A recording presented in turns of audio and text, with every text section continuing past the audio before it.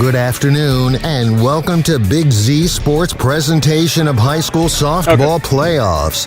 Today, in this Division IV regional final, the Strasburg Tigers travel to Pickerington to take on the Portsmouth Notre Dame Titans, presented by Tuscarawas Insurance Agency and TMK Valley Propane.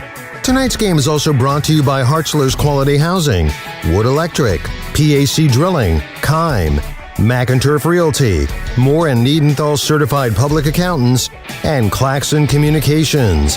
Now let's head out to the ballpark with Nick McWilliams and Adam Ciereszewski.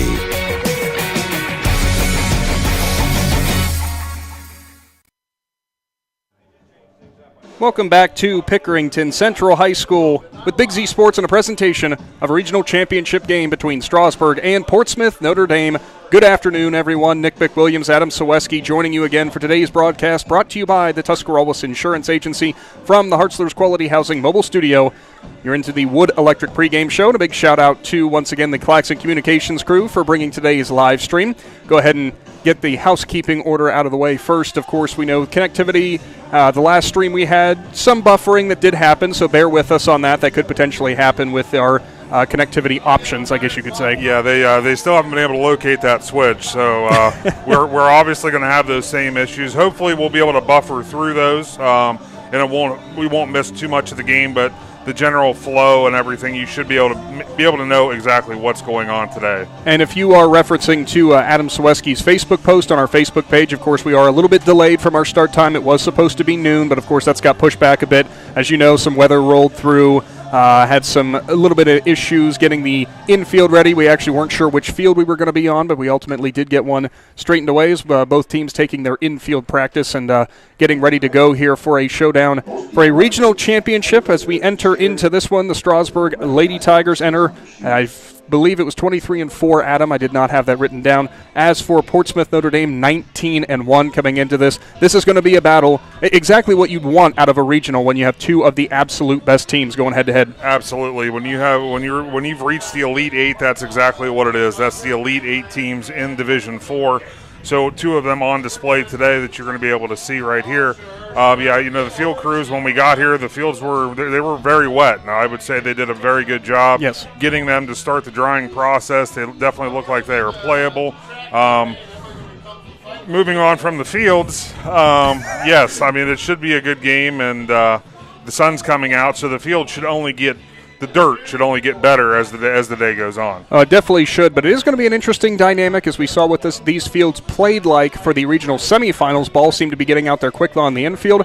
Not expecting that to happen this time around with a little bit more dampness, but we'll see as things dry out here. We'll go ahead and take a timeout in your Wood Electric pregame show and head over to our coaches' interviews. Of course, those with both Tom Spidel for Strasbourg and Chad Ford for Portsmouth Notre Dame. Then after that, we'll get to the PAC drilling starting lineups and your first pitch from Pickerington.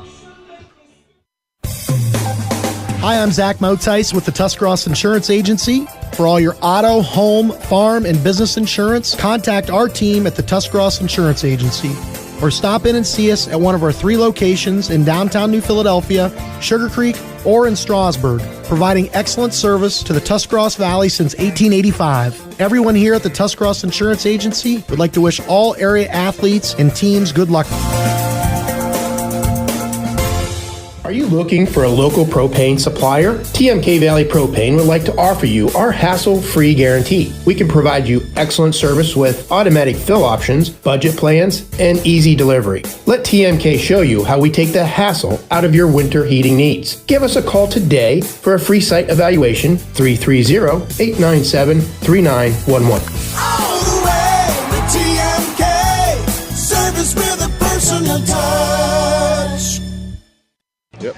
Welcome back to the Wood Electric pregame show. Big Z Sports live from Pickerington Central. Strasbourg Tigers taking on the Portsmouth Notre Dame Titans. Now joining us, Portsmouth head coach Shad Ford. And coach, great season for the Lady Titans so far, 19-1 coming into this one. Probably a lot of excitement. Yeah, they are. As you can tell, with the Notre Dame faithful right here behind us, a lot of followers here, just excited for the season, excited for the day, chance to win a regional title. And Coach, we did get to see some of your game against Danville, that 10-0 victory you had in the regional semifinals. A lot of good hitting on display for Portsmouth. Were you pleased with that performance? Yeah, I just hope we keep the momentum. Kind of 1 through 9, we're kind of built that way. You don't know if it's going to be, just 3 or 4 one day or the next 3 or 4 the next. But it was kind of all 9 that day, and it'd be a blessing to have that today.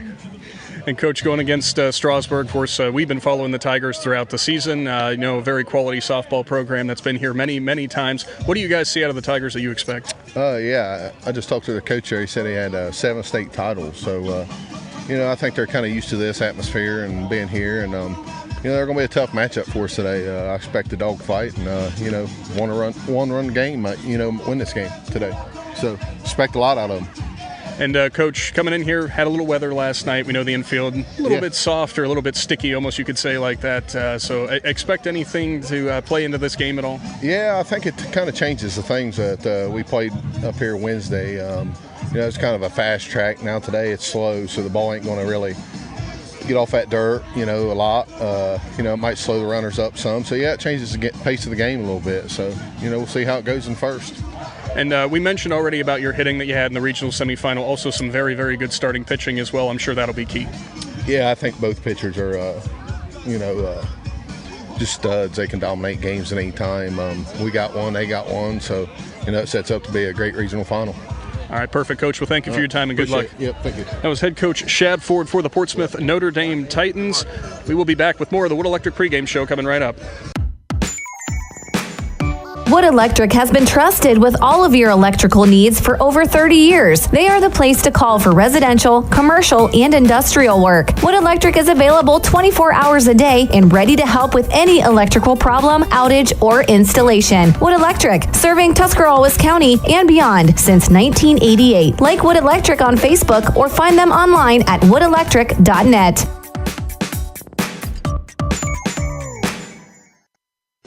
Back to the Wood Electric pregame show live from Pickerington Central. Big Z Sports bringing you a regional championship showdown between the Strasbourg Tigers and Portsmouth Notre Dame Titans. Now joining us along the base pass, head coach for the Tigers, Tom Spidel.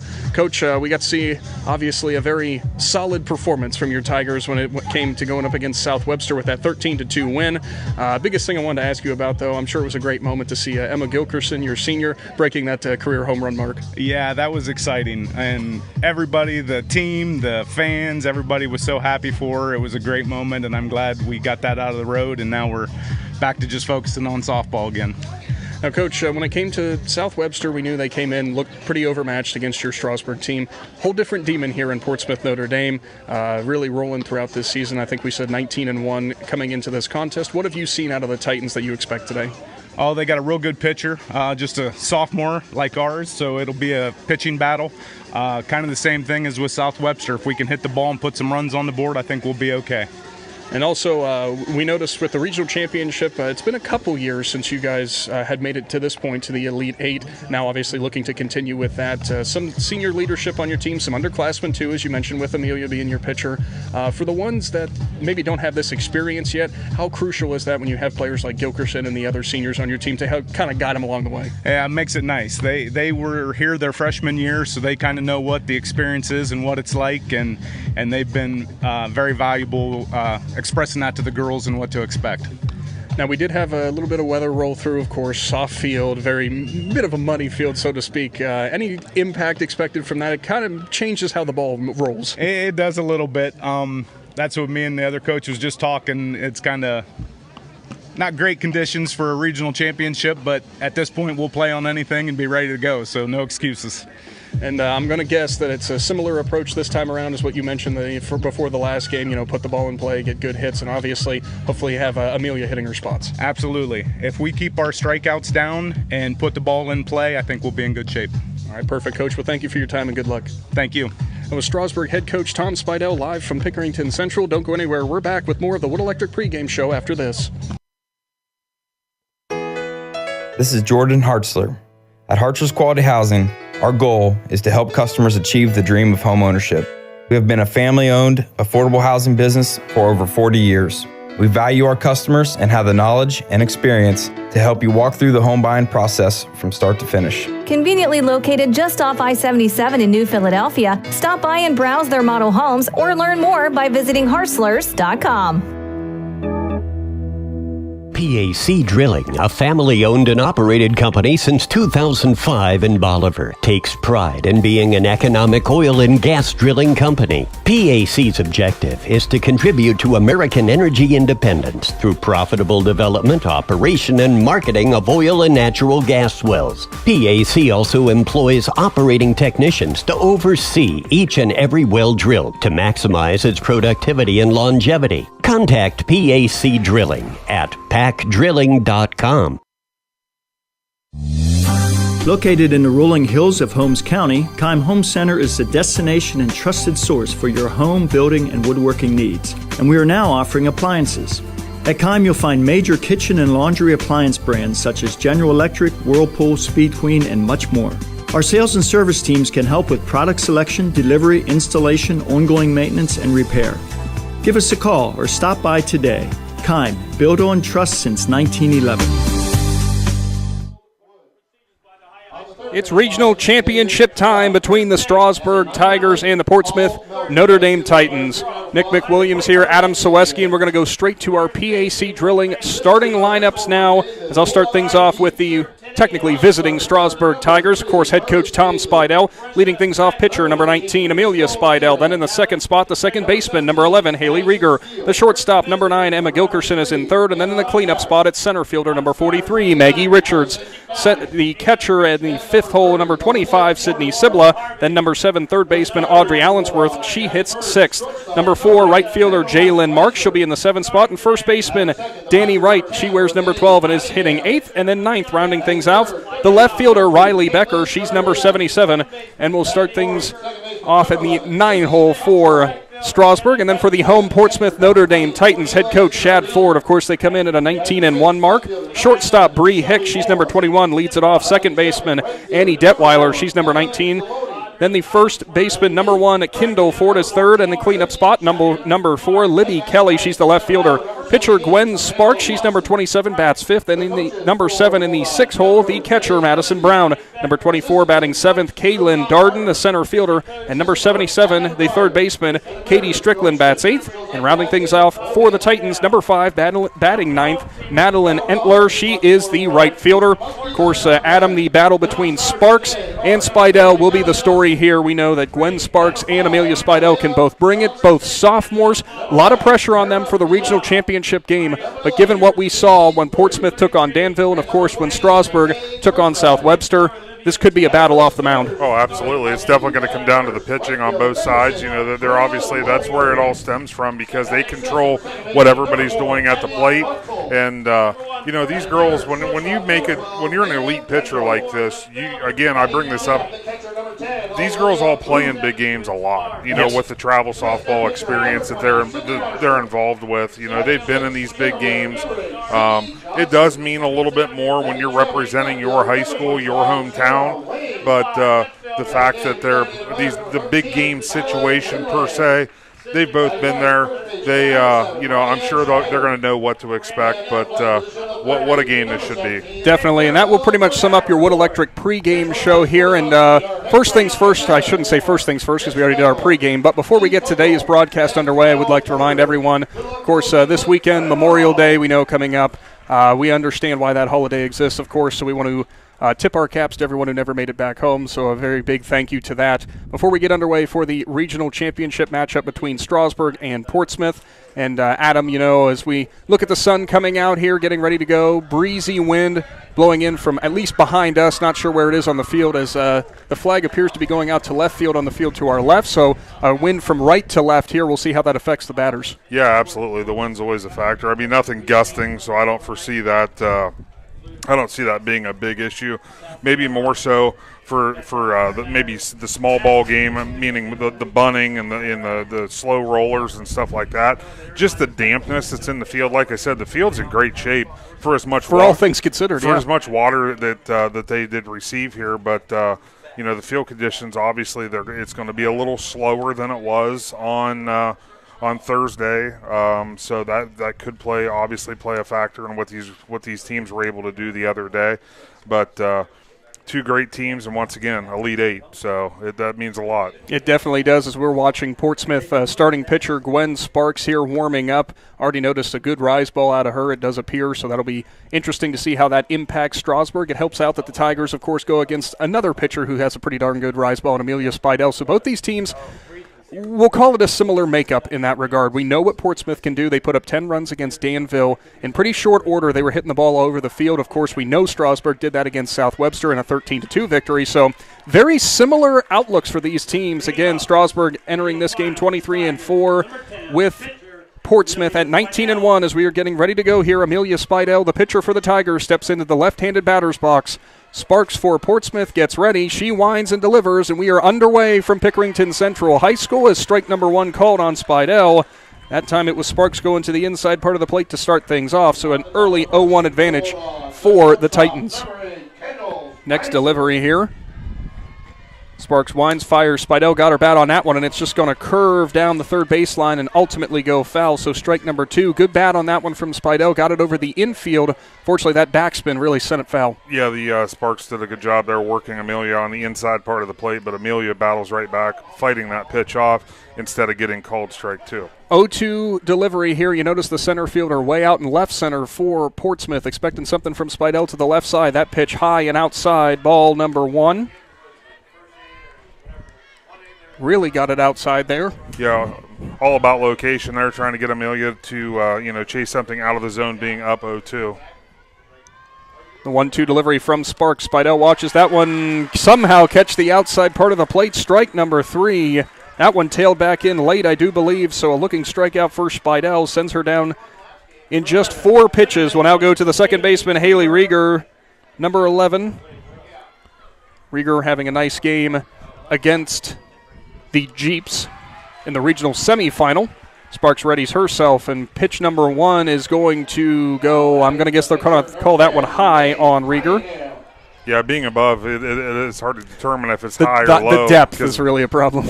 Location, it looked like it was good, but it must have came up. Did seem to go high there. Sparks' next delivery. Rieger gets a bat on that one, but fouls it back to the right side. Now goes to a 1-1 count. Rieger, we know,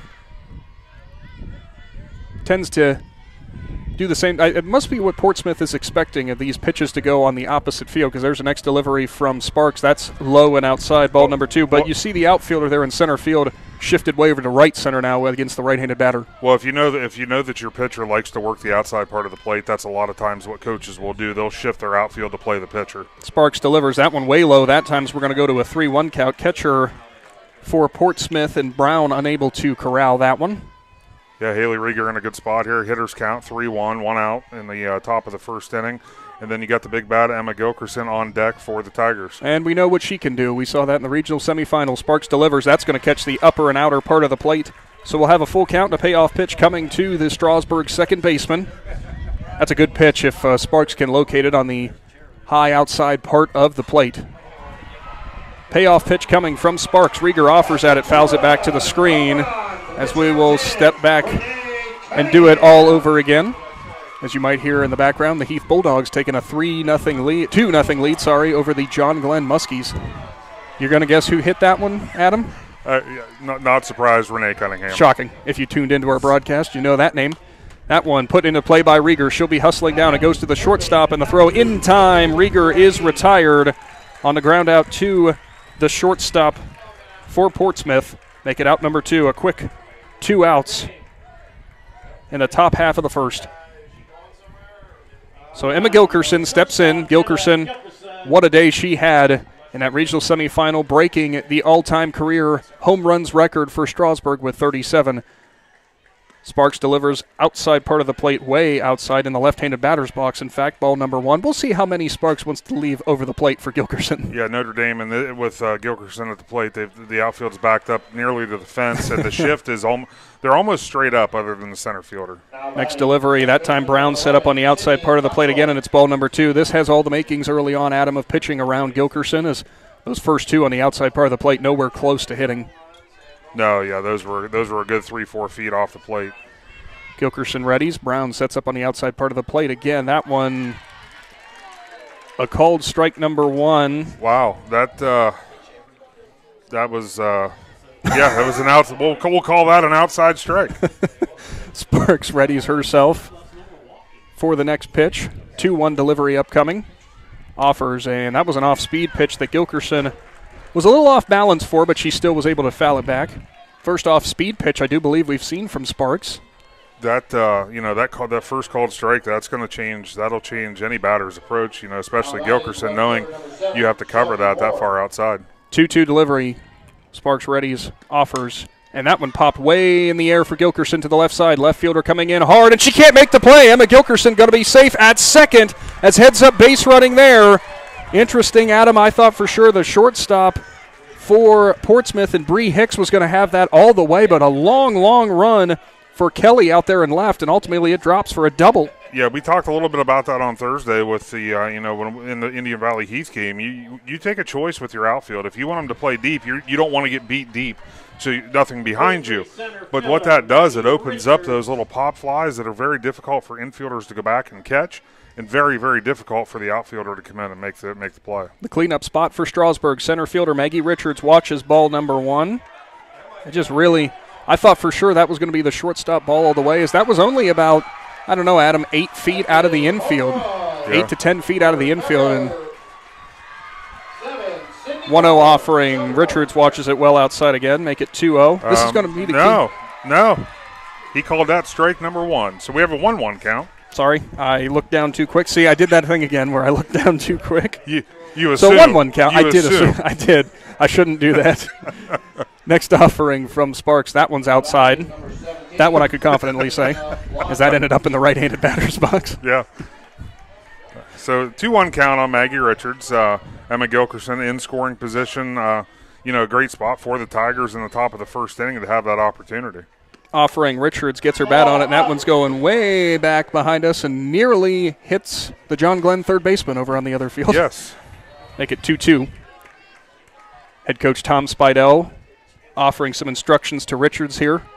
2 outs, 2-2 is your count, top of the first. Sparks gets her call from her catcher.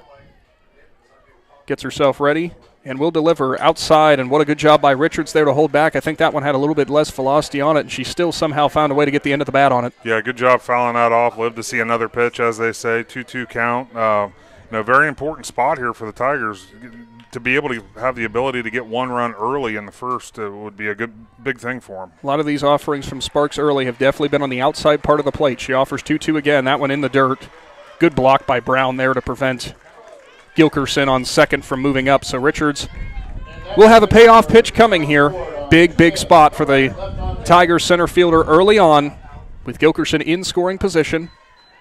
Outfielder, center fielder shifted to the left again. Left fielder down the left field line offering, and that one's going to be a bloop job, and it might get down again. No, good catch out there in left, that time from Kelly, who came flying in, just held up too long. That will do it for the top of the first. We'll now go take a timeout, and Strasburg will take the field on defense. Regional championship action returns after this. Hi, this is Jan McInturf. For the past 5 years, I have been recognized as one of the top 5 producers in the state of Ohio, according to the Ohio Association of Realtors. I am honored to receive such recognition, and I owe it all to the members of this community who have trusted me for over 30 years with the purchase and sale of their homes. When you're ready to make your move, make the call to McInturf Realty at 330-364-SOLD or find us online at McInturfRealty.net. How does a new career in an extremely high-demand field sound to you? Well, the former Crane Carrier Company in New Philadelphia is now Battle Motors. Battle Motors is expanding rapidly for their all-new heavy-duty electric truck production. Battle Motors has immediate openings for assemblers, electrical technicians, painters, blasters, as well as numerous engineering and design positions. If you're interested in a great career opportunity, apply online at battlemotors.com/careers. Time for the bottom of the first inning between the Tigers and the Titans. Nick McWilliams, Adam Ciereszewski joining you from Pickerington Central High School here as Strasburg takes the field with the sophomore Amelia Spidel on the mound. Leading things off for Notre Dame is number 21, the shortstop Bree Hicks. Hicks out of the right-handed batter's box here. As we mentioned before, Notre Dame enters this game 19-1. As they have been a very, very solid softball team looking to capture a regional championship, but they have to go through a team that has been here often in the Tigers. Pop up straight up the middle of the infield, and Amelia Spidel, 1 pitch, 1 out, as she will put that one away herself. Yeah, you can't ask for a better start than that. 1 pitch, 1 out, and if you noticed, Spidel is going to be working from the far looking at us. She's going to be on the far right side of the mound. It looks like to have that good angle with the batters. Good eye on that one, Adam. So Spidel readies for the next pitch. That one going to be high and outside, probably just high, might have caught the outside corner. Annie Detweiler, the second baseman for the Titans, stands in. Also a right-handed batter. A lot of height, Adam, for this Notre Dame team. I believe the pitcher's 6'2". Yes, she is. Offering from Spidel, catches the outside part of the plate, strike number 1. Adam, we're kind of getting establishment of the zone. Definitely going to be looking at those outside corners as similar calls from both the top and the bottom of the inning. And like I said before, the consistency is everything. If it's going to be there on both sides, coaches will be fine with it. And it looks like he likes that outside part of the plate and even off the plate a little ways. Spidel's next pitch ran high, so it's a 2-1 count to Detweiler.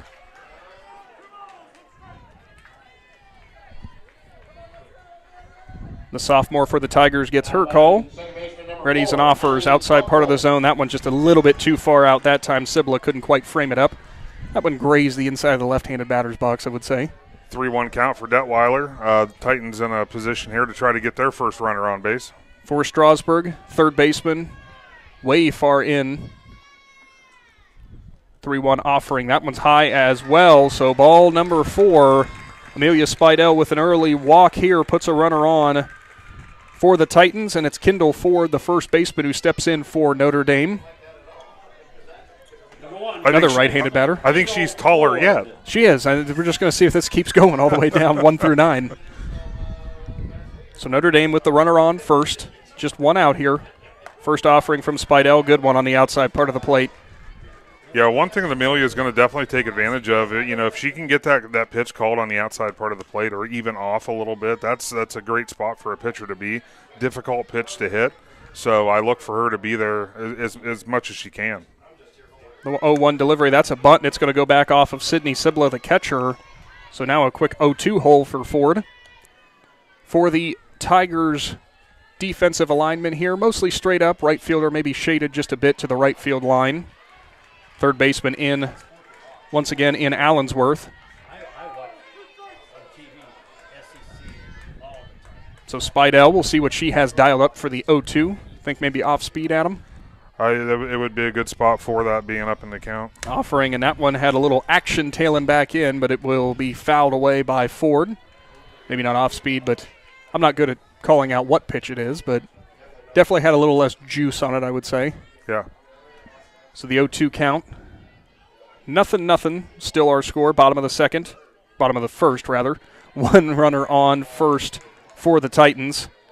Delivery from Spidel fouled away again. Ford battling and staying alive here. A little late on that, getting the bat on the ball to live to see another pitch. It's almost like she's expecting that off-speed changeup. You could see her a little hesitant there, sitting on the possibility of that two-strike change. We'll see what Tigers dial up with that situation. Next offering outside part of the plate, and that was definitely had something taken off of it, ball number 1. Just trying to get Ford to offer, but like you mentioned, Adam, definitely seemed to be waiting for it. She got it there and just couldn't catch the outside part of the zone, could Spidel. Beautiful day it's turning into for softball. A little breezy. Sun is coming out now. Deliveries fouled away again. Spidel have to try something different here for that 1-2 count. Yeah, Ford, she's doing a great job at the plate right now. She's battling until she gets the pitch she wants, fouling off the ones she doesn't. And, the Titans, again, same position that the Tigers were in to get the base runner with 1 out. That's, you have an opportunity to get something on the board. That time runner goes to second, tags there in time. What a throw from Sydney Sibla as she'll sit down Annie Detweiler, on a picture-perfect throw. We saw Sibla warming up there as Sibla thought she got strike number 3 on the call. And it was a check swing that they're going to say did not go around for Ford as Sibla looks over to her dugout, shocked as it was close as the appeal goes down to first, but Ford ultimately holds the bat back. But for Sibla, Adam, we saw her warming up. It was a good throw. Oh, absolutely. It was right where it needed to be. Tag was there to get the runner.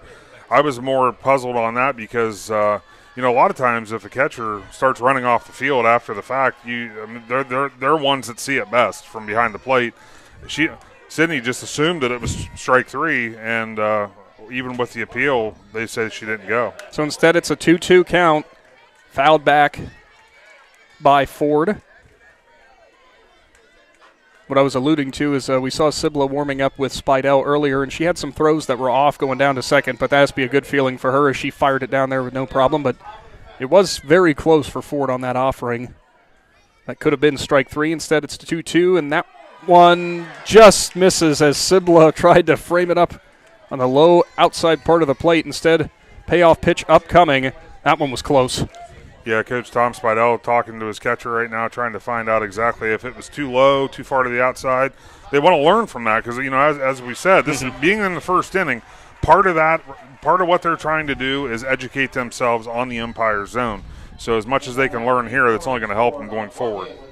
Payoff pitch on the way. Spidel can't get it past Ford, and it's fouled again. I've lost count, but it's quite a few pitches here in this first at-bat for the first baseman for the Titans. Yeah, Ford's doing a good job. Like I said, she's doing a good job putting the bat on the ball. She's, living to see another pitch. She's been living to see another pitch now for about, at least 6 or 7. So I think we're up to more than that. I'm not sure. Spidel offers a lace shot into the left center field, and it's caught! What a play out there by Riley Becker! Sliding in and making the grab off the grass. Strasburg will retire the first 3 batters they see on to the top of the second, as it will be Sydney Sibla who starts things off for Strasburg. One thing every sports family knows is how crazy eating schedules can get. Well, let Papa John's of Uhrichsville and New Philadelphia handle the cooking. Papa John's offers a full menu including stuffed crust pizza, Papa Diaz, wings, cheese sticks, and so much more. See all that Papa John's has to offer by visiting papajohns.com and keep earning those Papa rewards. Papa John's of Uhrichsville and New Philadelphia. Just what you need for your busy schedule.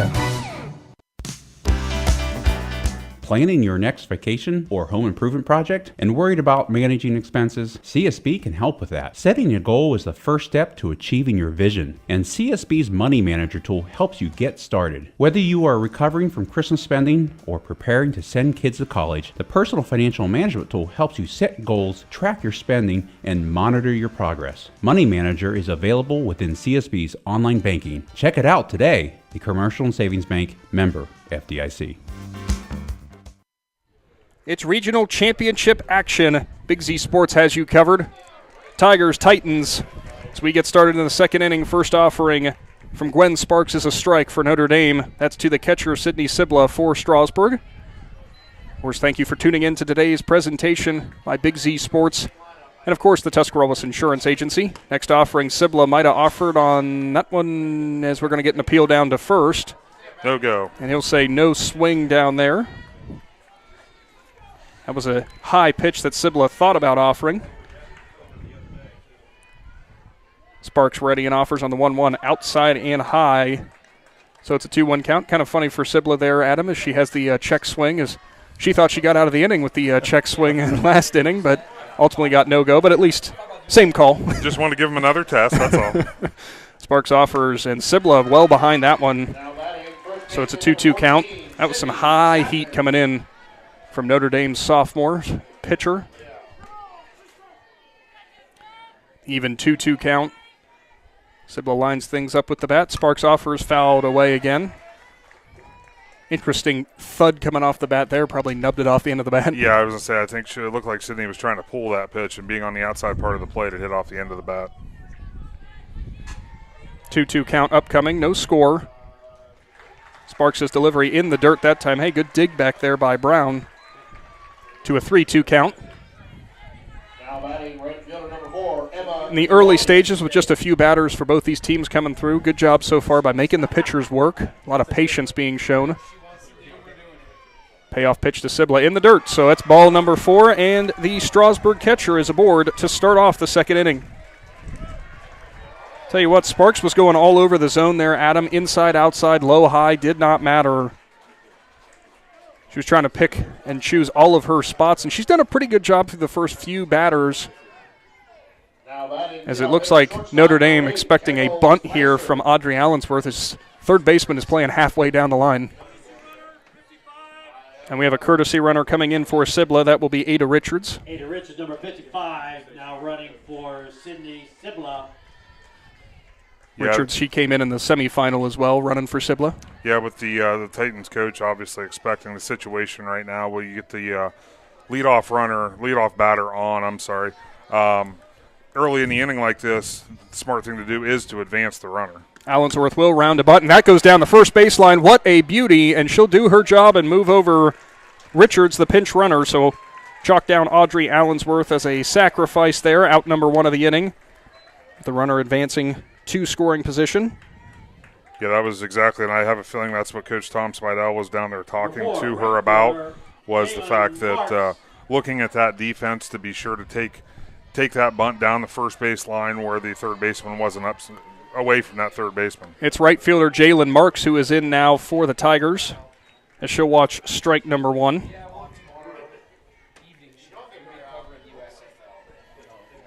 Marks, a couple of base hits in the semifinal matchup.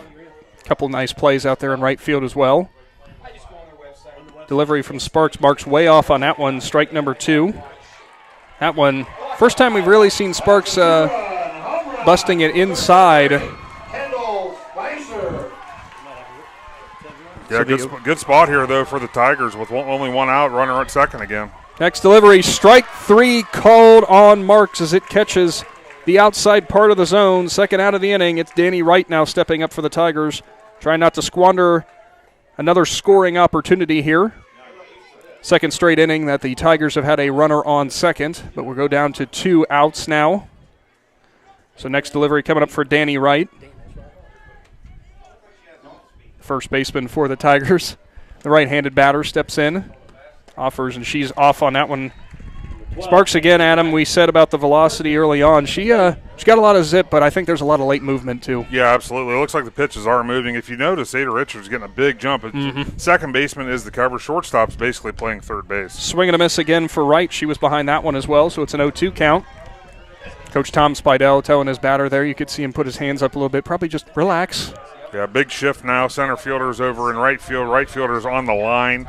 So the Portsmouth, the Notre Dame defense there, as they retire her for strike number 3. Strike number 3, 3 pitches was all she needed. We'll now go to the bottom of the second as Notre Dame coming up to bat here. 0-0 is our score in this regional championship. The Tiger's Den Sports Shop in Strasbourg is just that, your one-stop shop for local high school team apparel. With a large selection of shirts, sweatshirts, hats, beanies, and coats, you can have it customized to be your school's biggest fan. Whether you need a single shirt or a team order, the Tiger's Den Sports Shop in Strasbourg has just what you need. The Tiger's Den would like to wish the Strasbourg Tigers the best of luck on their tournament run.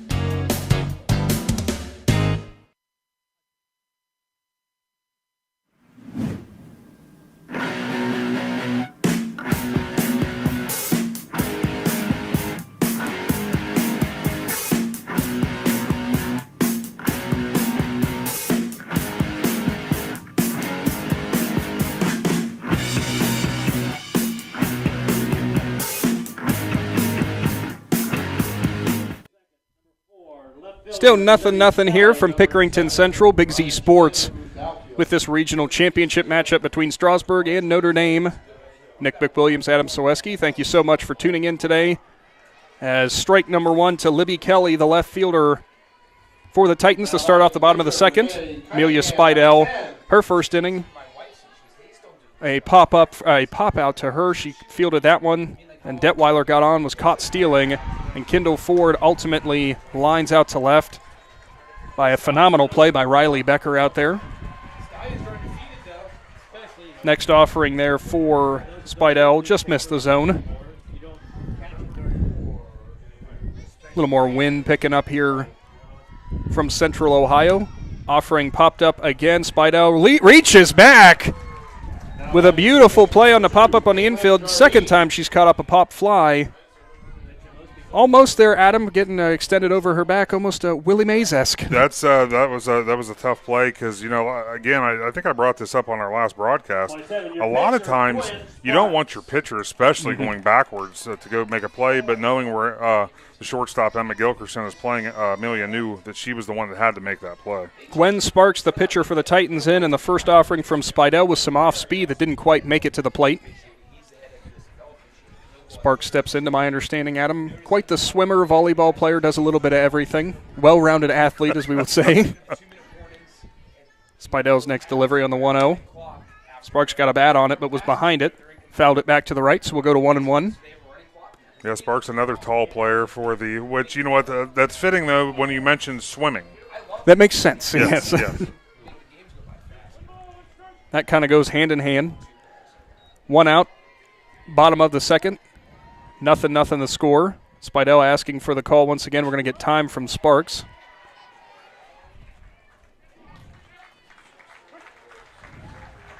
Now back into play is next offering from Spidel outside. Maybe a touch high, so it's a 2-1. For Spidel, they were trying to work quickly. Adam, she couldn't get the call in from the dugout, and she got the time call, and she almost sighed. Man, I'm going to mess with my rhythm. 2-1 offering. Sparks fouls it back. Been a nice one so far. Looking elsewhere with the Heath Bulldogs, the team that topped Indian Valley. 5-0 lead over John Glenn in the second inning. It sounds like it's been a home run derby over there. It has. Kind of similar to what we saw in the regional semifinal. Has had timeout on the field here. Head coach Shad Ford for Notre Dame. I think they were trying to confirm the count. Yes. Because. So 2-2. Three balls, 1 strike. So I must have missed the. I thought it was 3-1, but they were just a little uncertain with that. Sparks had 2 fouls, but I guess not. So next offering, that'll be a strike. So now we'll go to a full count. Adam, she did have 2 fouls. She fouled one over here to the right and then one off the back of the screen. Okay. So anyway, we're at a 3-2 count regardless. So we're at a 3-3 count, still at the plate. Yeah, that's as Casey Claxon said, you could rewind the stream to confirm that. Full count offering. Spidel can't quite find the zone, so Sparks is on. So on what could really turn out to be interesting there is. Yeah, I'm surprised we didn't hear more from head coach Tom Spidel on that. For the Tigers faithful, that's the type of situation that sometimes looking back at it, you're like, oh, that runner shouldn't even have been on base. So we'll see what happens here for the Titans. All right, so it's Madison Brown now up for the Titans. The catcher for Notre Dame watches ball number 1. Runner on first is Sparks. Or was it? Maybe. I don't know, man. Still nothing from the Hartzler's Quality Housing Mobile Studio. Rounds to bunt to Spidel does Brown. She delivers it perfectly and a throw on to first. So the sacrifice works out there for Notre Dame, but there will be 2 outs in the inning. Yeah, 2 downs for two outs for the Titans.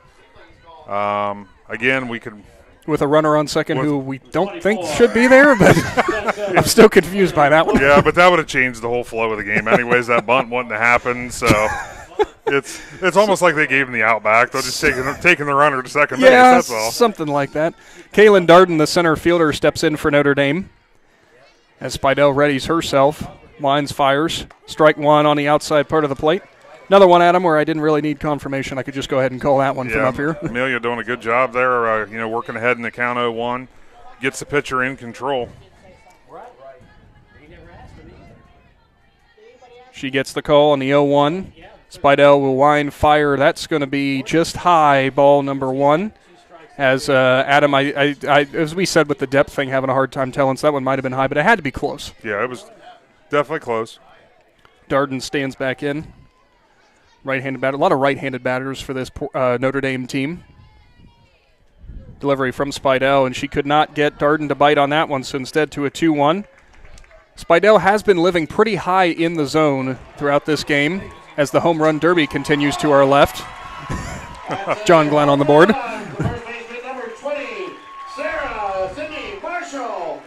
Kaylin Darden stands back in for Notre Dame. The 2-1 offering, that one's going to be low in the dirt. Good dig by Sibla, but it's a 3-1 count. So we'll see what Spidel can bring on the 3-1. Yeah, I think 3-1. Yeah, 3-1 count here. That's, now you're going to have to give her something to hit because you don't want to have 2 runners on, in the bottom of the second here. You are in the bottom of the order also for Notre Dame. Delivery, Spidel catches the outside part of the plate, 3-2. Perfect pitch there to get her back in this at-bat with the payoff pitch upcoming. Real tough one for Darden to even get a bat on there, that up-and-away pitch. Yeah, like I said, that's a good spot, I think, Amelia. If she can keep it right there, that's going to be a tough pitch to hit for the Titans hitters. Bottom of the second. 2 outs, no scores. Spidel offers ball number 4. It was outside, and it might have been a bit low, so 2 runners on. Yeah, that one was a little low. That he definitely called that one low. So Amelia just misses with that spot. So 2 runners on via walk here from the Tigers in favor of the Titans. Stepping up is the third baseman, Katie Strickland. Strickland getting a talking to from her coach in Ford. And once again, Adam, I'm going to add more height from Notre Dame coming out again. Yeah, she's as tall as the coach, and the coach isn't small, so. Notre Dame trying to take advantage. 2 runners on here, 2 outs. Bottom of the second, as Joe would say, 2s are wild. 2 walks in the inning. First offering coming from Spidel. And that one's dribbled to Gilkerson at short. She'll deliver on to first, and that is out number 3. Good play by Emma Gilkerson. And the threat for the Titans scoring is taken away. Tigers coming up to bat after this. Do you have a low-slope roof that is leaking and causing problems? WM Commercial Roofing believes that finding an efficient, affordable solution shouldn't be a gamble. With over a decade of experience in the commercial roofing industry, we have the perfect solution for your low-slope roofing, whether it's for service or full replacement. WM Commercial Roofing you can trust. Check us out at wmcommercialroofing.com or call 330-275-0088. That's 330-275-0088. Wolf's Lawn and Landscape, located in Strasburg, specializes in commercial and residential mowing, decorative concrete edging, hardscaping, and mulching. To maintain your home or office, or to beautify the outside with a whole new look, give Wolf's Lawn and Landscape a call today at 204-3933. To learn more about Wolf's Lawn and Landscape, find them on Facebook. Wolf's Lawn and Landscape is a proud supporter of Strasburg Tiger Athletics. We've got a pitcher's duel through 2 innings from Pickerington Central. Nick McWilliams, Adam Ciereszewski, regional championship action. Notre Dame versus Strasburg. 0-0 is our score as we head to the third with the bottom of the order up for Strasburg. Left fielder Riley Becker. Becker standing into the left-handed batter's box. And if you're interested, head on over to the Big Z Sports Facebook page where we have a highlight video courtesy of Adam Ciereszewski on Becker's beautiful diving catch out there in left.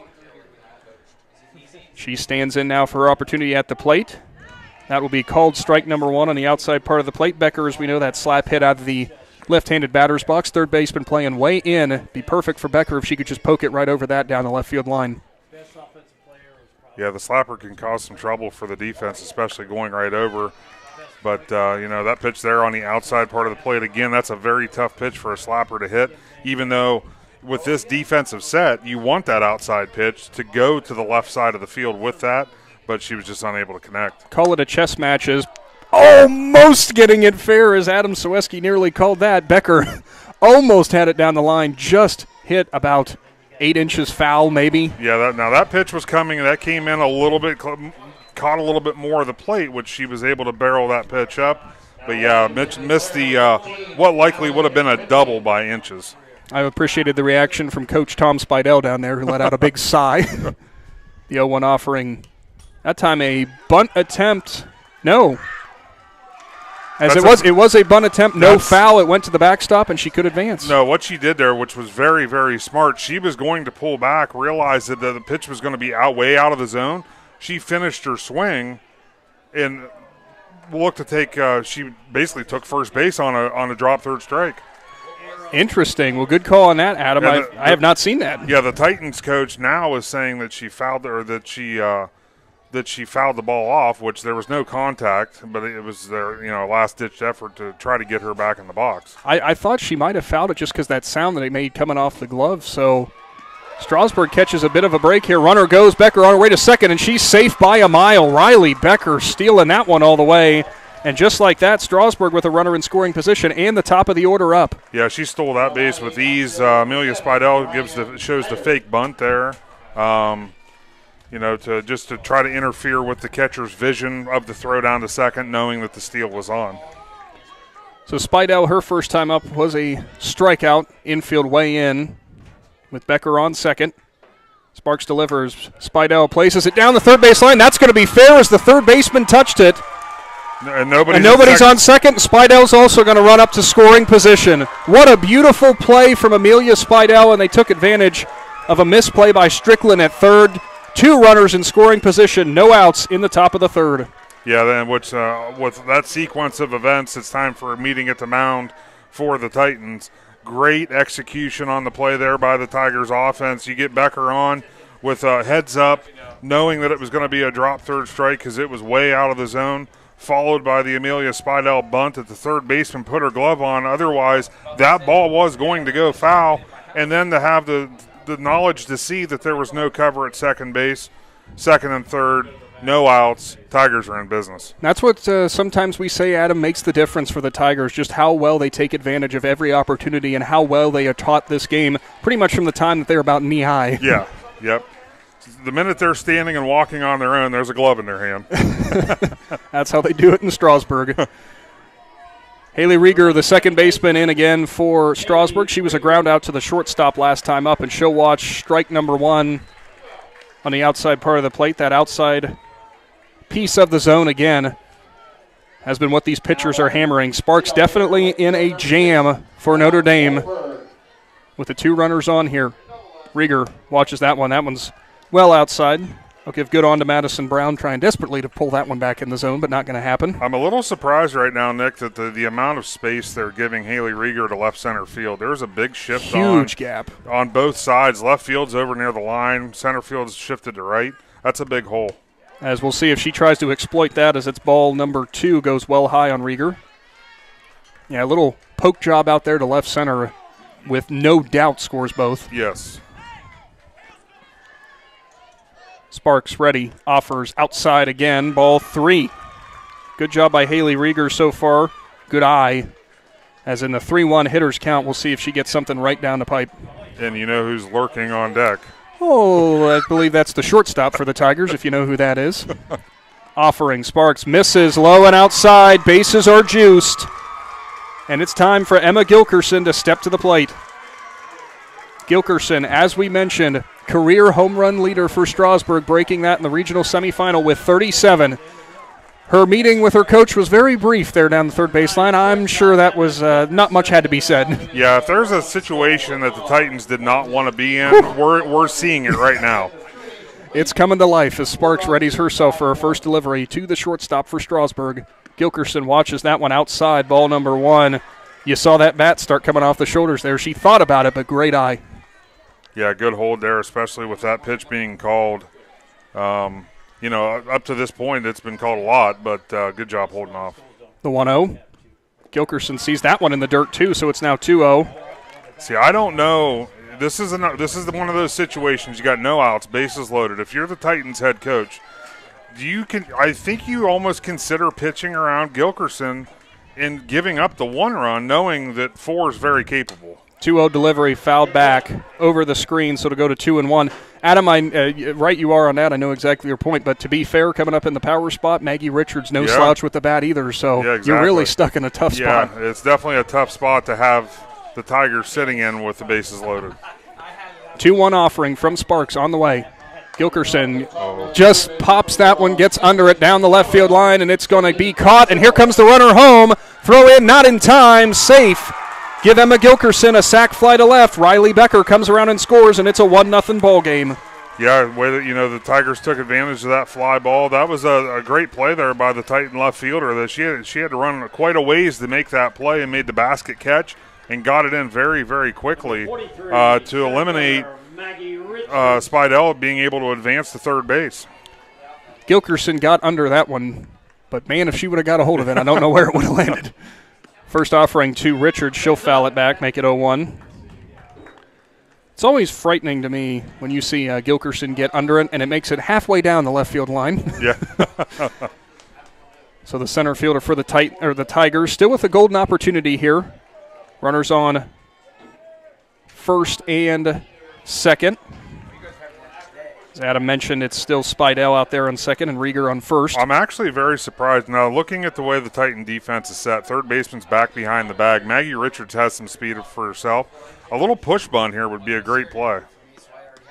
Nearly called that one, did you, Adam Ciereszewski? As that's going to be a called strike, though, on the outside part of the plate. Richards did start to round, but ultimately pulled it back. We're going to call you future seer. Well, knowing Coach Tom Spidel, I mean, he knows the hitter that Maggie Richards is. He can put her in any situation. Offering, Richards fouls it back. We'll do it again. I think she batted 450, 460 on the year. So, when you put the ball in play as much as Maggie did this year, there's nothing but confidence coming out of the third base coaching hole. You don't have to be a softball fan to know if that's a good mark. Next offering from Sparks. Richards taps it down the third baseline, but it's just going to roll foul. Tell you what, Adam, if that one would have stayed fair, that might have been as perfect of a hit as you could get from Richards. The best hit in softball is the swinging bunt. It's undefendable. I was going to say there was no play that Strickland could have possibly had on that one. No. So umpire cleaning off the plate again. But Maggie did a good job there to battle, just to foul that one off, live to see another pitch. With the Tigers still in a great opportunity here with 2 runners on with only 1 out. Richards readies herself. Sparks delivers on the way, and that's going to be put between the first baseman and second baseman. Here comes Spidel home, and Strasbourg leads 2-0. Beautiful piece of hitting for Maggie Richards, who placed it in between the first and second baseman. And now there's runners on the corners for the Tigers with a 2-0 lead. Yeah, Sparks left that pitch out over the plate. Maggie was able to pull it to the right side. Definitely going to advance the runner, worst case scenario, but it gets through and gets the RBI single. Spidel heads up base running there. She was not slowing down, rounding third. Although I'm sure she'll tell you, yes, I absolutely listen to my coach. Sibla in the right-handed batter's box for the Tigers watches strike number 1 on the outside part of the plate, and they try up that short throw to the second baseman, but Tigers not biting. So runners both in the scoring position now. Yeah, another, like I said, the situation just keeps getting better for the Tigers now, leading 2-0. 2 runners in scoring position, still only 1 out. Sibla ready. Sparks offers, that's strike number 2. 2 quick strikes on the outside part of the plate to the Strasburg catcher. Her first time up, she did draw a walk. 2 straight pitches on the outside part of the plate. You might as well look for a third. There it is, but that one's well out of the zone that time, so make it 1-2. Good hold by Sibla. Looked like Sparks tailed that one about 6 inches farther outside than she had on the other ones. Trying to get a chase. Obviously being called on 2 strikes in a row. Try to take it out a little further and get a chase out of it. The 1-2. Sibla pops it back. So she'll stand back in at 1-2. This complex we're standing in is taking a beating today. It has. A lot of foul balls straight back.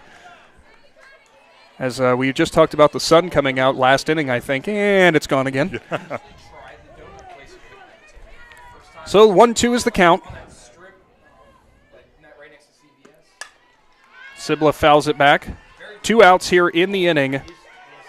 No, there's only 1. 1 out in here in the inning. I forgot the swinging strike number 3 that was dropped for Becker. Becker ultimately came around to score this game's first run, followed up by Amelia Spidel with the RBI. Sibla fouls it back again. The RBI to Maggie Richards, I should say. So Gilkerson and Richards both with RBIs for this 2-0 lead in the regional championship. Really big at him there, those 2 runs, considering we know if Spidel can really remain on from the mound. 2 runs might be all you need. Yeah, absolutely. Next offering, Sibla swings and misses, strike 3. As that will do it for out number 2 in the inning. Took a little off that pitch there. Sydney was out in front of it. Good job, though. On the strikeout, she's still running to first. If the catcher's not paying attention, you get a throw. That's another way for the Tigers to score. Absolutely. Just that smart Tiger softball as we've come to expect. Third baseman Audrey Allensworth in for the Tigers. Strike number 1. The runners on third and second are Rieger and Richards. Third baseman for Strasbourg. She drew a walk her first time up. Take that back. She had a sacrifice her first time up to advance the runner. And 2 very quick strikes now in this at-bat. The strike zone, Adam. We'll leave it at that. Yep. Definitely on the, we'll say the outside part of the plate. Delivery, swing and a miss. Allensworth went for it on the outside that time.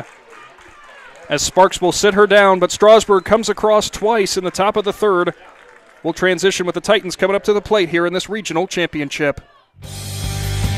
Separate yourself from the crowd and be a rock star at Solid Rock Photos. Hi, I'm Denny Trimmer, inviting you to our new studio home at 128 North Broadway in the heart of downtown New Philadelphia for an unforgettable rock star photo experience. You can learn more online at solidrockphotos.com and all of our social media platforms, or give us a call, 330-795-0334. Hi, I'm Zach Motice with the Tuscarawas Insurance Agency. For all your auto, home, farm, and business insurance, contact our team at the Tuscarawas Insurance Agency. Or stop in and see us at one of our 3 locations in downtown New Philadelphia, Sugar Creek, or in Strasburg, providing excellent service to the Tuscarawas Valley since 1885. Everyone here at the Tuscarawas Insurance Agency would like to wish all area athletes and teams good luck. Maddie Entler leads things off for Notre Dame in the bottom of the third. Nick McWilliams, Adam Ciereszewski. First offering from Spidel for Strasburg is a strike.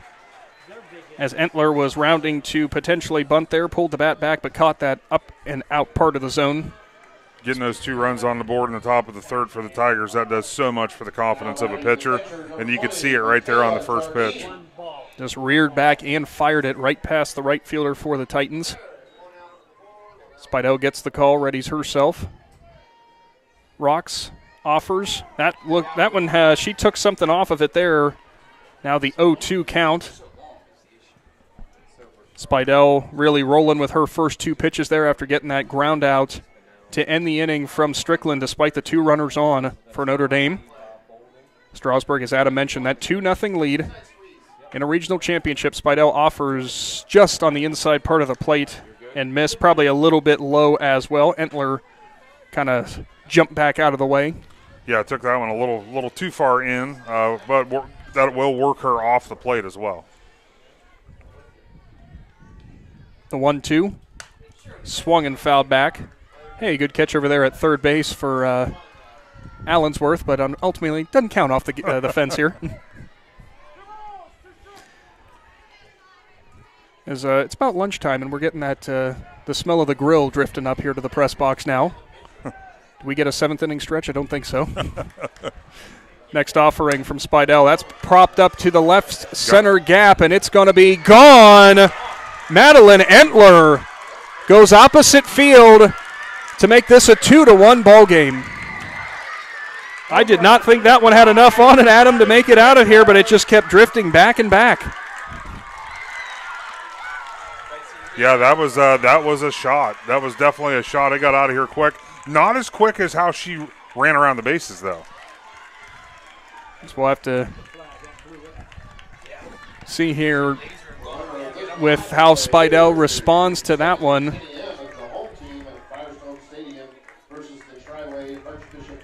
So it's the top of the lineup, shortstop Bree Hicks in the right-handed batter's box. She popped up to Spidel on the very first pitch the last time up.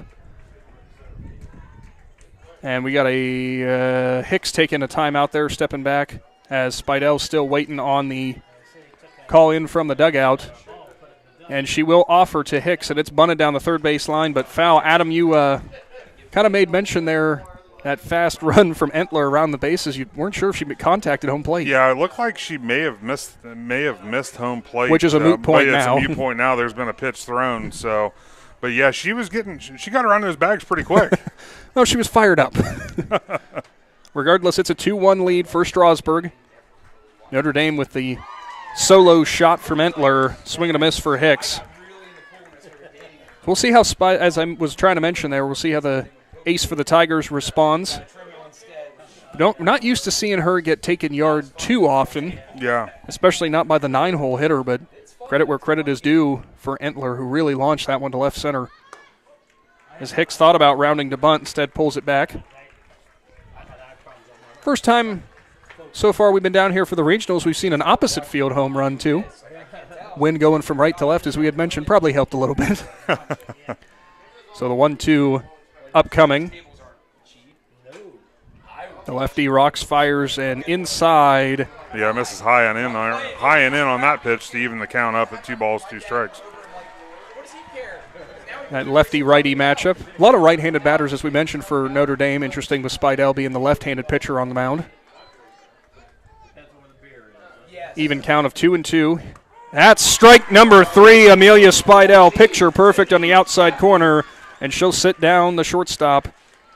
Now moving on to Annie Detweiler for Notre Dame. That's the spot that Spidel has to keep hitting. Yeah, Amelia did a good job there working inside and out and then coming back for the strike 3 looking with the outside pitch. It's actually Spidel's first strikeout of the game here in the third. Detweiler, her first time up, she did reach on a walk, swing and a miss on her first look in the third inning. She reached on a walk and then was trying to advance and was caught stealing. It was interesting. There was no hesitation either on sending Detweiler. It was on the very first pitch. Yeah. Yep. But she was caught by a perfect throw from Sibla, offering off-speed nice pitch. Change-up. And boy, oh boy, was Detweiler off on that one. I do believe she did foul it off, but wow, she was off. Yeah, that change-up just completely froze her. But she did a good job. When you're froze like that, that's all you're asked to do by the coach. Get the bat on the ball waste it, because you don't want her to hit it into play because it's not going to go anywhere. It would have been about 3 feet away from the plate, probably. So an 0-2 upcoming. Swung on and fouled back. We'll do it again. Off the Strasburg dugout. Good thing there's no games back there in field 3. Off the other dugout. I said Strasburg side dugout. True. If there was a game on field 3, I'm sure they would have just got a wake-up call in there. As we have been assured here for Pickerington Central, only one ball this year has made it into the press box up here. We're going to hope they don't do that again. Yeah. At time, Spidel was hoping to get Detweiler chasing high, but she held off. Amazing to watch how far that ball can rise up in the zone. Spidel real good with that one.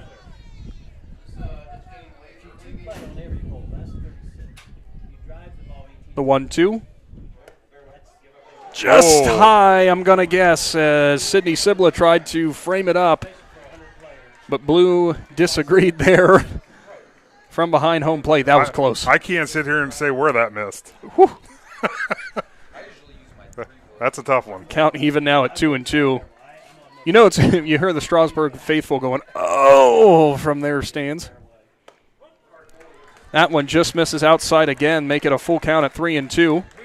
And Emma Gilkerson, the shortstop, walks in, talks to her pitcher there a little bit, try to give her a vote of confidence. After she was well ahead of Detweiler, now a full count. Yeah, she's definitely been close, though, on those last 2 pitches. Call comes in from the dugout, payoff pitch. Ball 4 going to be called to Detweiler. So now a runner on for the Titans, 1 out, and stepping up, it's the third baseman, Kendall Ford.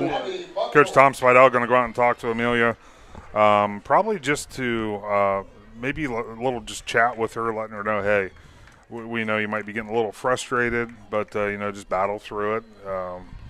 Just keep hitting your spots. And obviously an approach here with a runner on with only 1 out. Yeah, we'll see if this entire inning complexion changes despite the 1 run from Notre Dame. If you get a nice ground out to Emma Gilkerson here, turn 2, you're sitting just fine. That might be the juxtaposition of what he's talking about here. Boy, those last 3 pitches to Detweiler, Adam, so very close. Yes, absolutely. He's Coach Spidel just trying to get a little, again, still trying to learn the zone. Mm-hmm. Just trying to get an explanation as to where those pitches were missing. He walked to the umpire there with his hands up like, look, man, I'm not mad. Yeah. I just want to know. So as we mentioned, Kendall Ford, the first baseman, steps in. She lined out to left last time up. That was the diving catch from Becker. Spidel there wanting the call once again, and she'll get it. Runner on first is Detweiler. We'll see if they try to send her again. Spidel offers, popped sky high to the right side. Players coming in, and no one's going to be there as it's a single out to right for Ford, who just happened to find the perfect spot in the opening in the defense. That was no man's land, or in baseball you would call it the Texas Leaguer. I mean, because it's just. I haven't heard that one in a while. Yeah, it's you just can't get to it. It's right in the middle of that triangle. So cleanup spot, Libby Kelly. She popped out to Spidel in the second inning. 2 runners on, 1 out for Notre Dame. Spidel in a bit of a jam once again. Still leading 2-1. Show rock and fire. No lack of confidence, though, from Spidel as she'll go right back to that outside part of the plate and get strike number 1. Yeah, big lead there by Detweiler off second base.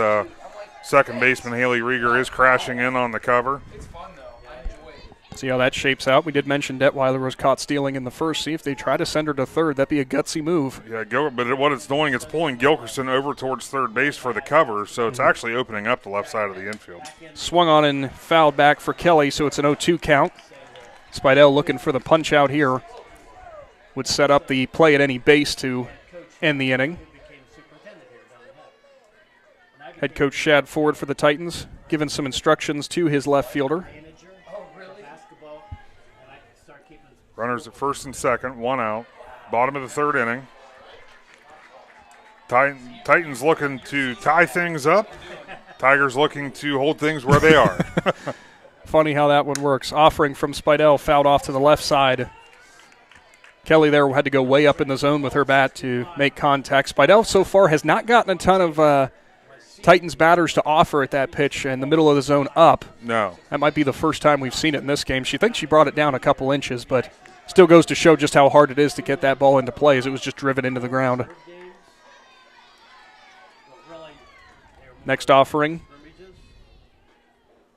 Strike 3 called on the outside part of the plate. Amelia Spidel sits down Libby Kelly on 4 pitches. And now it's a pitcher-pitcher duel between Gwen Sparks and the Tigers ace. Amelia Spidel using the outside part of the plate again there. It's a great spot to live because you can freeze the batter. That one was actually in a little bit. I think it actually did catch the outside part of the plate. Sparks had a walk her first time up, just last inning, in fact. Strike on the outside part of the plate. Pitcher versus pitcher, you would think, Sparks obviously is aware that the outside strike is going to get called. She has seen that part of the zone, and she has went to it. Next call coming in. As Spidel waves off that first one, I think she wants to get the heater on the outside part of the plate again. Was that they say, forget the curveball, Ricky? Yeah. And that one popped up on the right side. No play going to be able to be had down there. Yeah, it's just out of the first baseman's reach there. A little bit of I couldn't tell if it hit the fence or if it was just by the dugout. It was close. Well, also these fields that have the no fences down the side sometimes kind of makes it difficult. Like, am I in play or am I not in play to make that catch? Yeah. So an 0-2 upcoming. Spidel versus Sparks. It's been a fun one so far. 2-1 is your score. Bottom of the third. Strasburg leads. Spidel drops the rosin bag and readies herself. And the offering popped up again, and we'll do it all over again. We're having a lot of weird sounds from where these balls are hitting. Yeah, we didn't get those the first time. It's hitting a lot of different things. Fences, bleachers, roofs. As long as it's not people, we're good. Yeah, at least as long as we don't hear an ow after. Ow or ooh, that's either one. 0-2 is the count. Spidel looking to get out of this inning. Yeah, this would be a big jam to get out of, and she's being up 0-2 in the count. Offerings. Well, I was going to dial it up for strike 3 as I thought that was the same pitch that rung up Kelly, but I guess not. Ball number 1. Yeah, I don't remember the word I used earlier, consistency. Yeah, and something about outside and inside. We're going to leave it at that. Saw Spidel there just a little bit, we'll call it perturbed. She thought for sure she had it. But good news for Amelia Spidel, it's only 1-2 now, so she's still way ahead on the batter. Well ahead, offers inside part of the plate, and she sits down Sparks. Third strikeout of the inning for Spidel. But Notre Dame fires back for a run. Strasbourg still leads 2-1, coming up to the plate after this. Are you looking for a local propane supplier? TMK Valley Propane would like to offer you our hassle-free guarantee. We can provide you excellent service with automatic fill options, budget plans, and easy delivery. Let TMK show you how we take the hassle out of your winter heating needs. Give us a call today for a free site evaluation, 330-897-3911. All the way with TMK, service with a personal touch. Wood Electric has been trusted with all of your electrical needs for over 30 years. They are the place to call for residential, commercial, and industrial work. Wood Electric is available 24 hours a day and ready to help with any electrical problem, outage, or installation. Wood Electric, serving Tuscarawas County and beyond since 1988. Like Wood Electric on Facebook or find them online at woodelectric.net.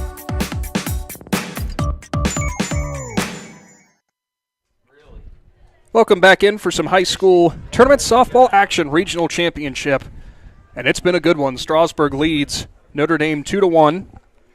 Whether you're listening from Strasbourg country or Portsmouth Notre Dame country, we thank you both for tuning into this one. Big Z Sports can bring this to you thanks to the Tuscarawas Insurance Agency and all of our sponsors, of course, from the Hartzler's Quality Housing Mobile Studio. Nick McWilliams, Adam Ciereszewski here for the top of the fourth. It's the right fielder, Jalen Marks, who will step in. Her first time up, strikeout looking in just 3 pitches. So she'll try to do a little bit better outcome this time around. First offering in the dirt. Yeah, low. It's already starting off better with the first ball. Yeah, exactly. Yeah, low and outside there. Misses on the outside part of the plate. Marks at him. When they took on South Webster, did have a base hit in that one. Swings and misses at that. So make it a 1-1 count. Actually, I take that back. Had 2 singles and came around to score, so it was a good game for the Tigers right fielder. 1-1 count. Swing and a miss again for Marks. Having a hard time, I think, catching up to that velocity from Sparks. Yeah, and it's on. Sparks is living on the outside part of the plate right now, and it looks like Jalen Marks is trying to pull that pitch. You got to go to the right side with it. And swing and a miss. As I think you were right on that, Adam. Almost looked like she was trying to pull it again, but ultimately sat down on just 4 pitches. Danny Wright, the first baseman, steps in. Wright also had a similar at-bat to Marks her first time up, as Sparks really was rolling there. The delivery, fouled back for Wright. Right at him against the Jeeps. She had 3 base knocks, 2 singles, and a double. Came around to score once as well. Kind of a similar story for all of this entire Strasburg lineup as the bats were just hot. Yeah, when you score 13 runs, usually it's spread around pretty evenly. Bloop job down to the right field side. That's going to get out of play there. That one hits the Tigers' dugout. That's another new noise that we just keeping them awake over there. Yeah. Right one to make sure, like, guys, you looking at my at bat here? Pay attention. It is interesting. We are playing this game from Tiger Country as Pick Central Tigers. Yep. And the Strasburg Tigers might feel right at home seeing those signs. Offering. That's a line shot past the second baseman. Danny Wright is on with just 1 out here in the 4th inning. Good piece of hitting there, going with where it was pitched. Yeah, absolutely. Put the bat on the ball right up the middle. Nice hard single out to center field. So left fielder Riley Becker steps in. I'm going to go ahead and guess this is probably going to get laid down the third baseline. Well, you got to remember, freshman Riley Becker, she's the slapper, so there's a whole playbook opened up now of what she can do. Sparks readies herself and offers. Becker with the bunt down the third baseline. Sure enough, Wright will make it on to second, and very close play at first, but Becker is retired. And she does do her job. Yeah, did her job with the sacrifice bunt, advancing the runner to second, 2 down, and brings up top of the lineup Amelia Spidel. Tell you what, Becker can really get down the line. That was pretty close at first. Yes, it was. She kind of probably let out a sigh, like, man, I thought I had it. So Spidel struck out first time up, had a single, came around to score later. First offering outside and high, but it's going to catch the zone, strike 1. Sparks and Spidel, it's been fun battles going back and forth between these two so far. Yeah, absolutely. Runner in scoring position. 2-1 is the lead for Strasburg, top of the 4th. Sparks offers swing and a miss by Spidel, and she's upset with herself on that one as that tailed well out of the zone. So Amelia steps back in here. Left-handed batter's box. Trying to keep this inning alive. And she'll watch that one outside. Good on the Titans starter there, and Sparks try to get that same pitch for her to go after. Yeah, I would say that was good pitch location. You just get one on the outside part of the plate. You go a little further to see if you can get either a call or a swing at it. The 1-2. Slap down the left field line, and it's fair ball. Here comes the runner home, and it's a 3-1 lead for Strasburg. Amelia Spidel pokes it down the left field line and has an RBI double, with Strasburg feeling it in the 4th. What a clutch hit there by Amelia Spidel to get their run back, the lead back up to 2 runs for the Tigers, bringing up Haley Rieger with 2 outs, and the Tigers still with a runner in scoring position. It hit right on the third base, on the left field line. There was no better spot that Spidel could have put that one. What a great job by the Tigers to get the lead to 3-1. Rieger watches strike number 1 that catches the outside part of the plate. Spidel throwing her arms up in the air as she made her way to second base. She's fired up. It's really good when your pitcher can help herself with some run support. Absolutely. Pop back for Rieger. 0-2 oncoming. That might be another new sound we haven't heard yet. Rieger, she was issued a walk her last time up. Sparks delivers, swung on and fouled away. Rieger stays alive. Strasburg, I would say, Adam's done a great job here so far with some of the best pitches that I think Sparks has thrown in terms of trying to get him to chase. They've done a good job holding back. Yeah, they're doing a very good job. They're fouling off the ones that are close, the ones they don't want to hit. Rieger watches that one well in the dirt, and here goes Spidel, and she'll move up easily to third base.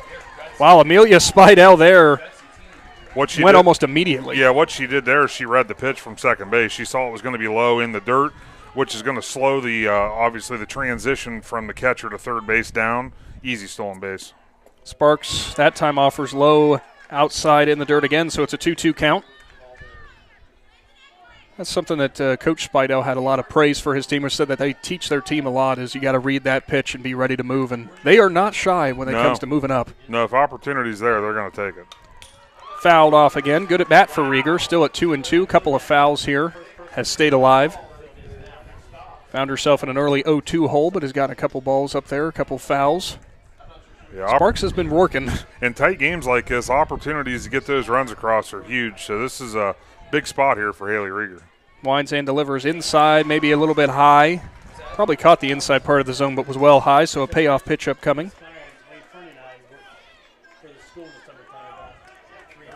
Rieger here with Spidel on third, looking to keep the inning going for Strasburg, capture another run.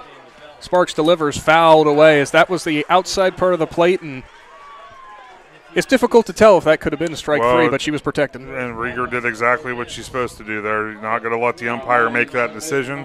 Put the bat on the ball, waste it, see another one. Payoff pitch in the top of the fourth.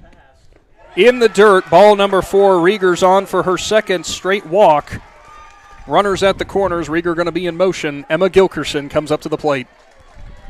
Yeah, what a spot here. And, the opportunities that Emma's getting today is great for the Tigers. Last time it was bases loaded. This time you got 2 runners on, and that's going to cause another visit to the mound. Coach Shad Ford for Notre Dame walks out there and going to have a conversation with Gwen Sparks. Adam, I'm not going to say – I thought Sparks has done a pretty good job at the plate today in terms of what she's been offering to these Strasburg hitters. I think it's just credit to the Tigers and how they've been able to take advantage of any miscues or just show how good of a hitters they are. Yeah, they're executing today. The Tigers are executing. The Titans get their run with a home run, which is great for them, but the Tigers are taking advantage of all their opportunities with whether it be sacrifice bunts, finding the holes in the defense, going with the pitch, with the singles.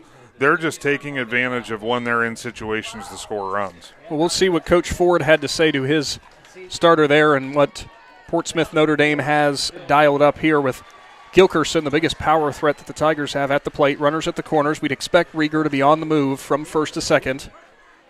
2 outs here.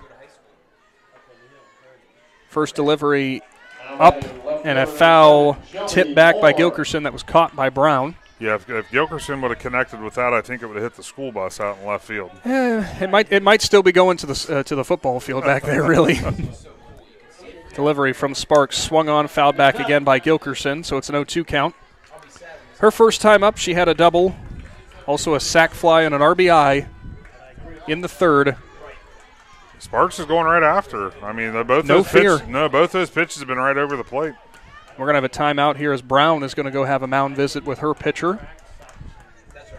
Probably maybe see something from Gilkerson they're hoping to take advantage of. Whatever window you're talking about in the strike zone of Gilkerson it is, though, it has to be tiny because we've seen her really launch some bombs out of all over the zone. Sparks delivers outside part of the plate, and Gilkerson gets under it, pops it up to the right side. It's almost over the second baseman's head, and they're going to say it dropped. Runner coming in to score from second base again is Rieger, and they're going to give Gilkerson the double. The base umpire there said she couldn't quite corral it, did the second baseman for the Titans in Detweiler, and we're going to have a timeout as Coach Shadford's coming out. Boy, that was close. I think the ball hit the ground. I mean, that's, again, obviously with what we're doing here with live streaming, we can go back and see the replay of that, or you the viewer, can see that, but I'm pretty sure I saw the ball sitting on the ground. Yeah, it was definitely moving around in her glove when she was coming down. I would not be able to tell you whether or not she was able to corral it or not, but regardless, as it stands, it's a 5-1 game. Give credit to Gilkerson. Give credit to Gilkerson there for the 2 RBI double, and we're probably going to have a meeting of the umpires here. And I'm not sure what you're going to say here, Adam, to maybe get the call changed. The problem is the official that made that call was the closest one to the play, and he was behind it. The fielder, nothing's going to change because the fielder was actually blocking the view anyways. So definitely seemed like, from what we could tell for certain with the Detweiler there making that catch, you could see the ball at the end of her glove as she was coming down to the ground. Yeah. And I don't know if it was just resting on top, so to speak. Yeah, but how heads up there for the Tigers base runners are now they're putting Maggie Richards on. So now the Tigers are still going to have runners at first and second, 2 outs, and that's going to bring up Sydney Sibla, the catcher. What a turn of events for Strasburg here. Let's make it a 5-1 ball game in the 4th inning. With Gilkerson, we'll give her credit for 2 RBIs on that one. Yeah. Good heads-up running by Rieger, as you mentioned, all the way from first on a pop fly behind the second baseman. Yep. Sibla stands in, watches that one high. Ball number 1. Well, the thing is for Haley Rieger, part of that heads-up play is to know with 2 outs, you're running anyways. Just keep going. And that's exactly what she did. Sparks offers Sibla behind that one, make it a 1-1 count. Tough break for the Titans, too, on that call there, Adam, because, when it's made on the field like that, it's not going to get overturned unless there was one umpire who somehow saw something different. Yes, exactly. Sibla cranks it to left center. It's deep, and it is gone for the Strasburg catcher. Sydney Sibla, a 3-run shot to deep left center. Adam, that one almost made it to the school bus. Yes, it did. That was a shot by Sydney Sibla. 3 big runs for the Tigers, and they keep rolling in the 4th. Make that an 8-1 ball game. Yes, that would be an 8-1 ball game now in the bottom or the top of the 4th inning. I was going to say, we knew Sibla had power coming into this. I had not been able to see it. She hadn't hit any home runs in the games that we had called. Oh, there it is. Yes. And oh my for the Tigers, a 5-run 4th inning, and they're still not done. 5-run 4th inning is right. As just a few moments ago, we were talking about this being a 2-1 ball game, so 6-run inning. No, it was 3-1 coming. Oh, you're right. 4th. Thank you. Yep. 3-1. 7 Audrey Allensworth at the plate. Allensworth watches strike number 1. That's why I have you around here, Adam. You keep track better than me. That one popped up by Allensworth, foul ground. 0-2 will be the count.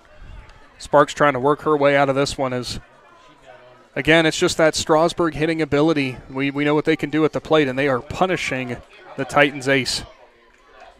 That big play, though, that dropped catch by the second baseman. Delivery from Allensworth. I can't even call it a dropped catch opportunity for Detweiler. That's just a tough play over her head. Yeah.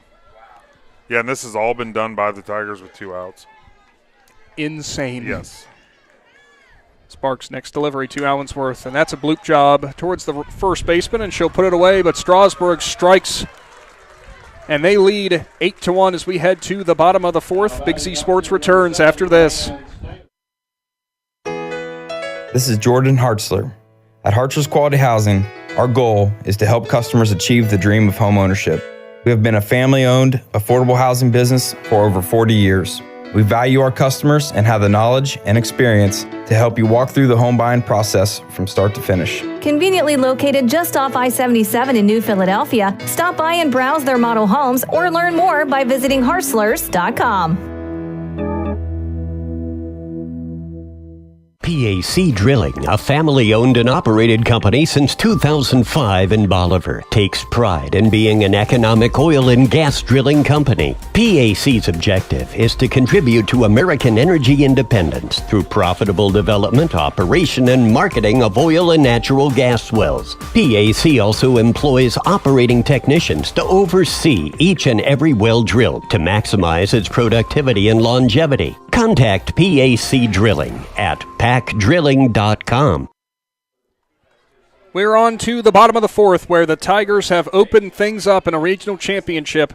Strasburg leads 8-1 over Portsmouth Notre Dame. Nick McWilliams, Adam Ciereszewski here. Madison Brown, the catcher for the Titans, at the plate to start things off, and she'll swing and miss, as Amelia Spidel has to be feeling good after a crazy inning for the Tigers. Yeah, absolutely. And, for the Titans, it's the bottom of the fourth, so you still have you got 4 plate appearances counting this inning.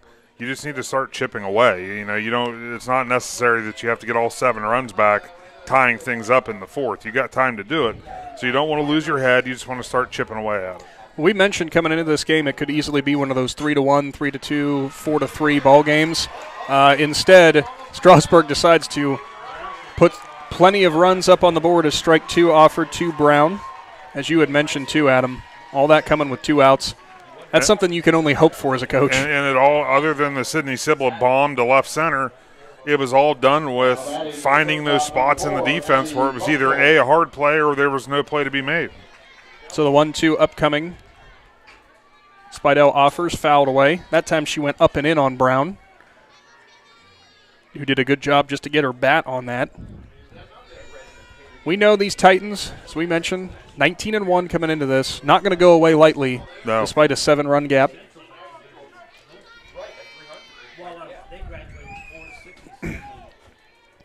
Spidel with 3 strikeouts so far in the game will miss the outside part of the plate. 2-2 now. With those 3 strikeouts, Adam, all 3 of those coming in the 3rd inning. Before that, all of her putouts and such just coming from her defense, which we know how good the Tigers' defense can be as well. Definitely helping her out. The 2-strike offering, that's nubbed down the third base line, delivered across by Allensworth. Good play there. And Brown is retired on the ground out to the left side. That's that tough play to make, though. That's that swinging bunt. I mean, it did carry down to the third baseman, Audrey Allensworth, but still. I think they might have called that foul. They may have. It must have hit off her, maybe hit off her foot. Good call on that, Adam. I was looking at the book, but yeah, it did take a weird angle when it came out of the box, so I could definitely see that. So we'll try it again. Spidel offers outside corner, strike 3. Amelia Spidel says, fine, that one was foul. Let's just do it this way. Give her 4 punch-outs in this game, as she is rolling. Of the last 6 batters she's faced, 4 of them have been strikeouts. Yeah, as that lead grows, the confidence on the mound is going to go with it. The center fielder, Darden, steps back in. She walked her first time up. Spidel offers, swing and a miss. Darden really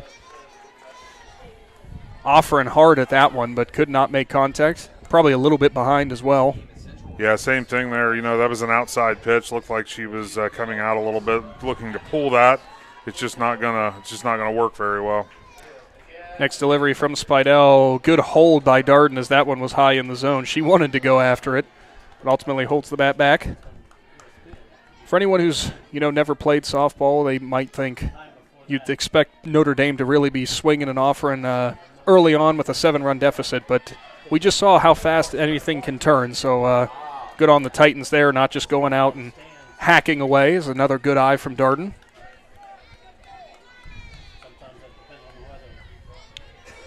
Two 2-1 will be your count. Bottom of the fourth, 8-1 is the lead in favor of Strasburg. In a regional championship, winner moves on out of the Elite 8 for the state tournament. Yep, next Friday in Akron.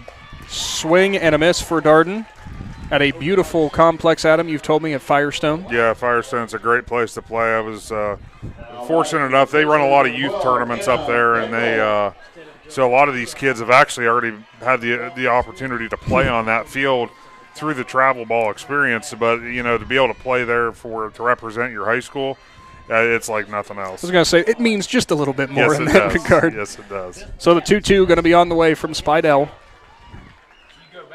Darden, nice laser shot up to the center field. So that'll be a single here for the Titans. Yeah, that one pitch, on, one out. That pitch there, with Amelia still being up in the count, left that one up over the plate a little bit.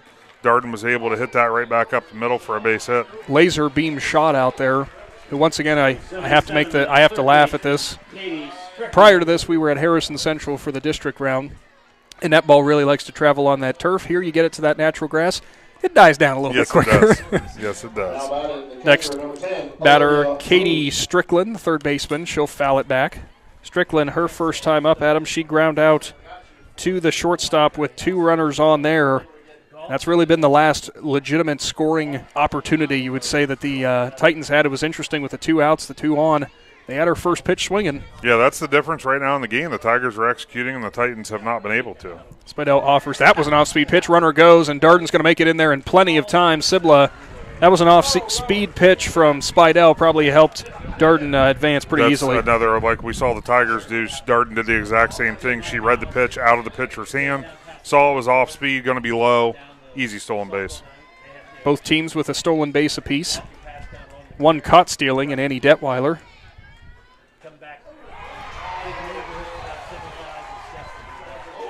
So Strickland stands back in. 1-1 will be your count. Couldn't catch the outside zone. Big lead from Darden that time. My goodness, she was halfway there. Yes, she was. So on to a 2-1. 1 out. 8-1, Strasburg leads, just looking to keep a pretty good margin in their favor and cruise through a regional championship. Spidel offers pop way high by Strickland. Not sure where that one came down, but it hit hard. So I was mentioning, or didn't get to mention before this, Adam, this is the first Elite 8 appearance for Strasburg since 2018. We know throughout their entire history, they've got plenty of them. Plenty of state titles to their name as well. Yeah, I believe you said that there were 17. I think they have 17 appearances. Yeah. Swing and a miss. Strike 3. As Amelia Spidel sits down Strickland, and we'll move on to Madeline Entler.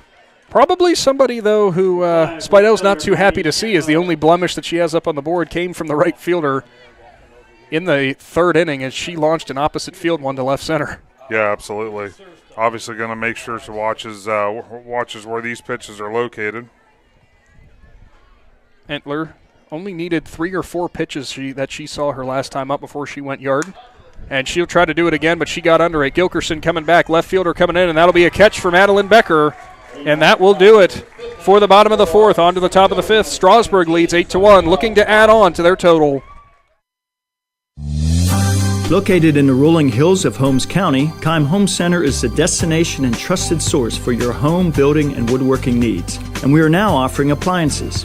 At Keim, you'll find major kitchen and laundry appliance brands such as General Electric, Whirlpool, Speed Queen, and much more. Our sales and service teams can help with product selection, delivery, installation, ongoing maintenance, and repair. Give us a call or stop by today. Keim, built on trust since 1911. Hi, this is Jan McInturf. For the past 5 years, I have been recognized as one of the top 5 producers in the state of Ohio, according to the Ohio Association of Realtors. I am honored to receive such recognition, and I owe it all to the members of this community who have trusted me for over 30 years with the purchase and sale of their homes. When you're ready to make your move, make the call to McInturf Realty at 330-364-SOLD or find us online at McInturfRealty.net.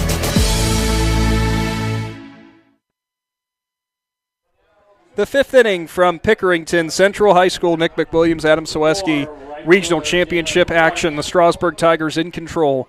8-1 as stepping up to the plate for the Tigers, and it's going to be a single and a beautiful hit that time around for Jalen Marks. As I had to look through my book there, Adam, as Strasburg last time up nearly batted around, and Marks was leading things off again, and I had to take a double take. Yeah, you know, the Tigers ought to be feeling good knowing that, because they're right back in the same situation they were at the start of last inning. Better result for Marks. She struck out twice. That time, though, she got a single. That pitch on the inside part of the plate. Danny Wright steps back, and it's a 1-0 count. Marks again. Adam, you mentioned some of these Notre Dame players playing pretty deep towards the fence and just dropped it right in between them. Yeah, absolutely. Bunt attempt for Wright, and she went strike, as that was well outside. Sparks kind of almost threw it past the bat after she saw Wright coming around.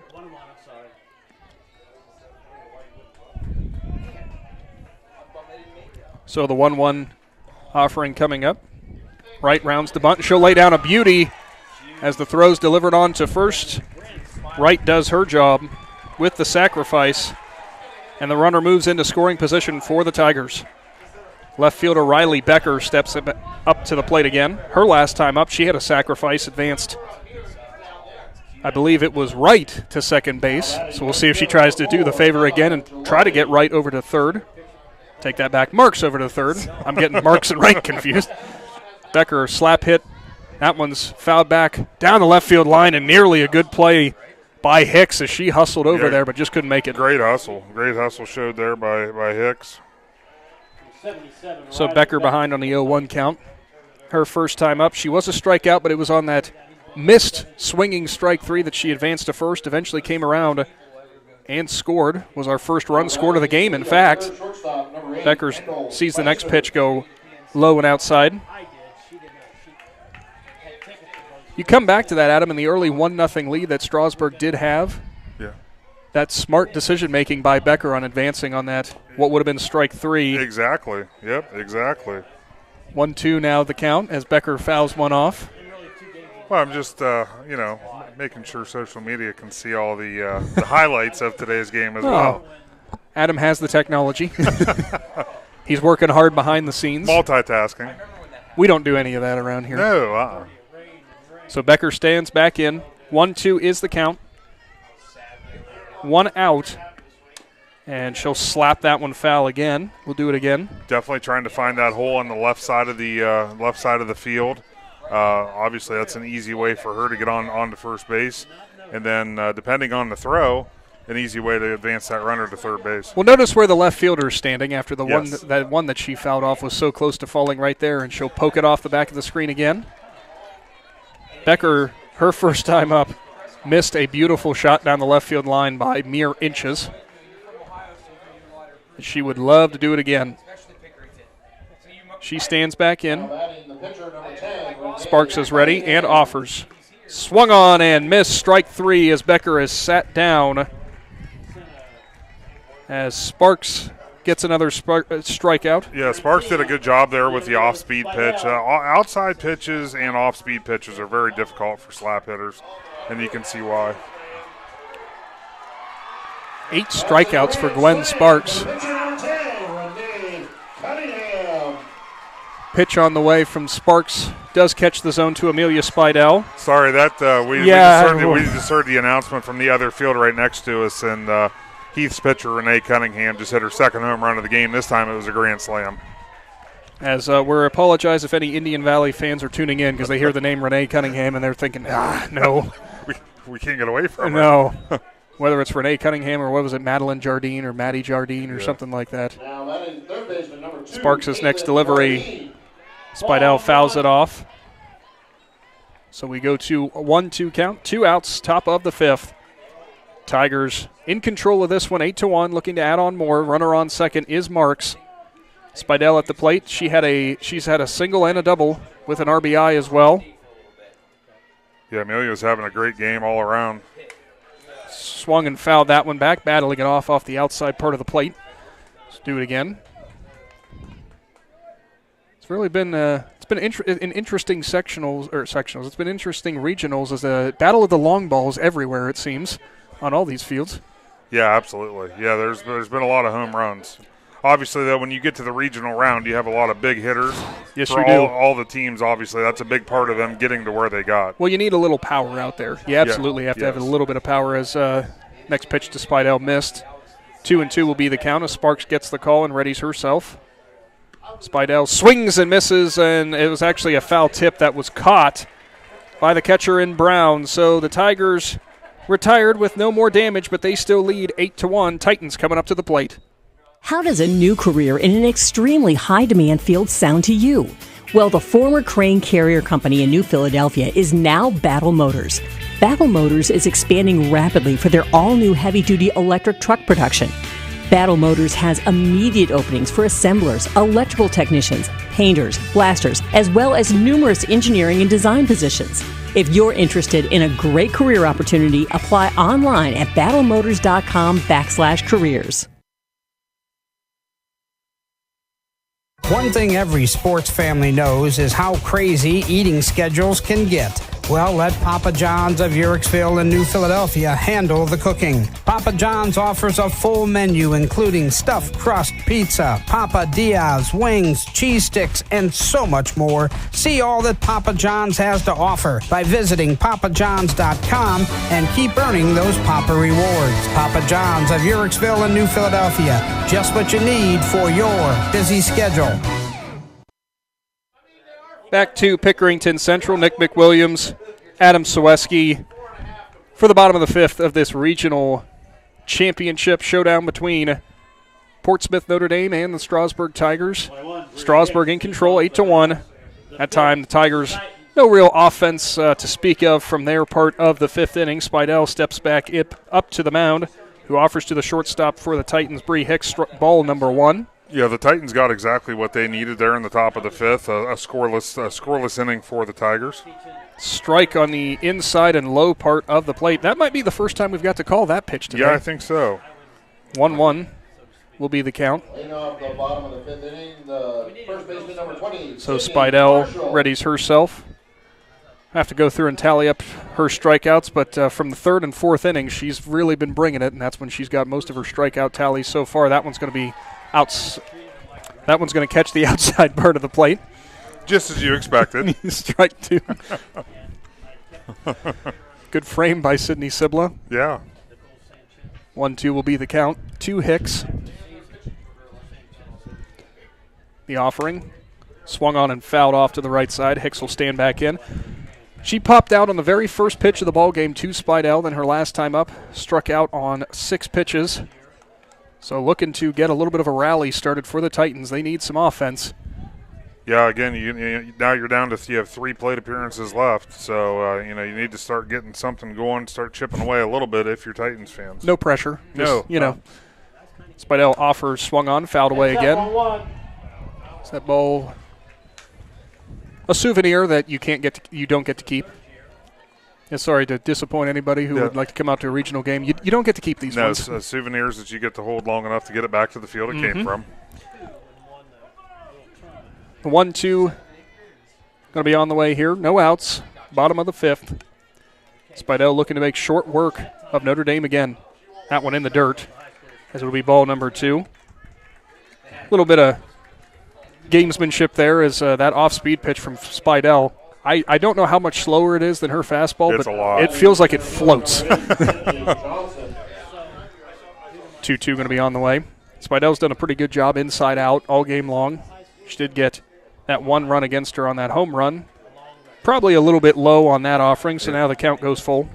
Yep, full count there. Amelia goes from the changeup to trying to paint that outside part of the plate.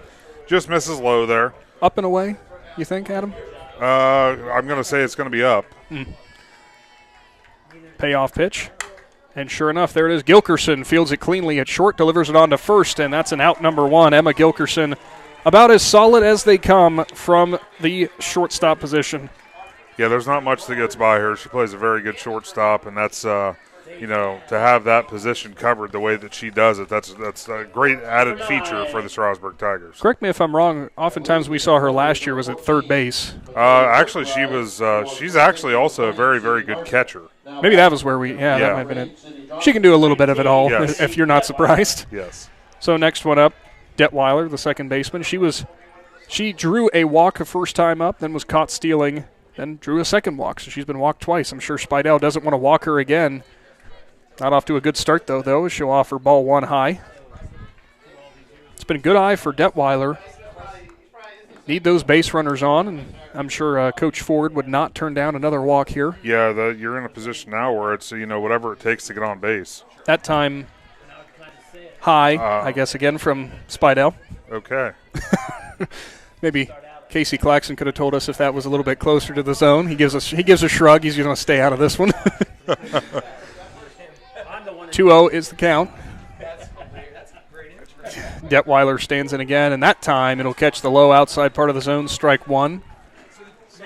Okay.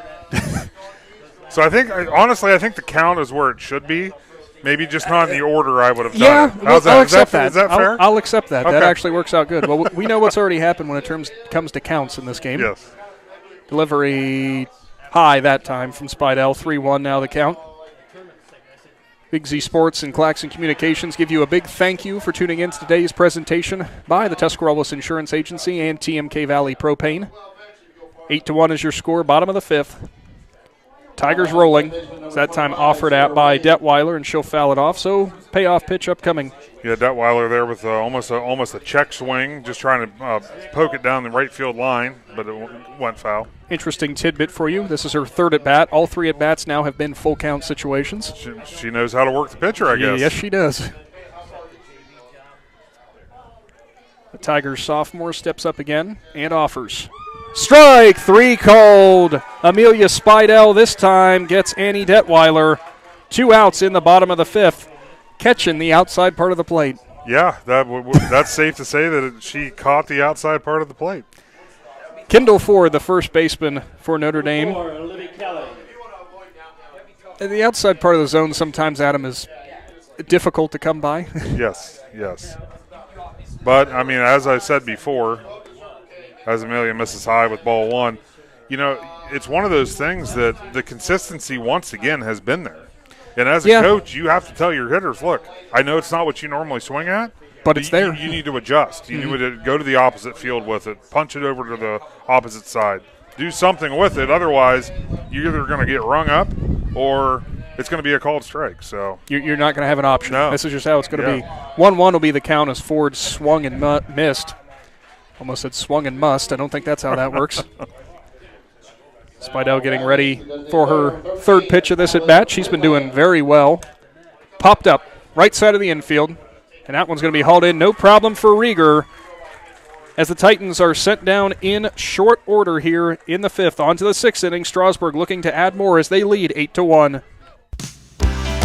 When it comes to understanding your options for buying or building a home, refinancing your current mortgage, or finally adding that sunroom, CSB is here to help. Check out our video series at csb1.com titled Mortgage 101. This informational series covers everything from what to know before you buy a home to life after your mortgage is paid off. When you are ready to discuss specifics, our mortgage experts will handle the details. Call or text us at 800-654-9015. The Commercial and Savings Bank, member FDIC, equal housing lender. The Tiger's Den Sports Shop in Strasbourg is just that, your one-stop shop for local high school team apparel. With a large selection of shirts, sweatshirts, hats, beanies, and coats, you can have it customized to be your school's biggest fan. Whether you need a single shirt or a team order, the Tiger's Den Sports Shop in Strasbourg has just what you need.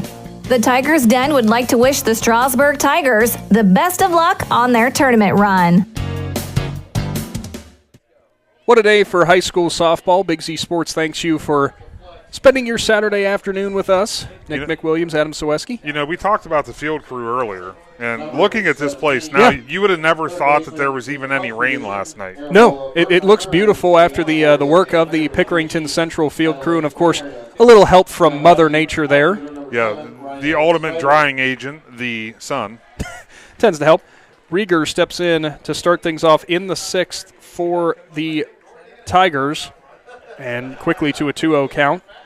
Meeting on the mound again, and it looks like Coach Shad Ford is actually going to make a pitching substitution here, as that will end the day for Gwen Sparks, trailing 8-1. Tough outing for Sparks there after that one big inning for Strasburg. Kind of was the difference maker, as we'll call it, as we'll try to see who is stepping in. Titan jerseys are very, very hard to read. I think it's number 1. It would be Kendall Ford, the first baseman, if that's the case, as that is number 1. Yep, number 1. So Kendall Ford, the first baseman, comes in relief for Sparks, so I'd imagine Sparks ends up at first, unless they play a little bit more crazy here and shifting around their infield. Well, judging by where she's walking on the infield, that is where Sparks will end up. They're just going to do a position switch. Well, easy for me to say. That's one of those phrases that makes it difficult. So Sparks now on to first. and Ford on the mound. And, Adam, we mentioned this before whenever Indian Valley took on Heath. You know, you bring in a different pitcher, kind of changes things a little bit for you. You know, you've been scouting one pitcher for so long. You have a 7-run lead, so it's a little bit different situation. But still, Ford obviously being a different pitcher, we'll see how that affects Strasburg. Yeah, absolutely. But, you know, the big thing that you mentioned is the 7-run lead. Yeah. That's a completely different situation where the Tigers, you know, at this point in the game, all they're trying to do is maintain that 7-run lead because all the pressure is on the Titans right now to try to battle back.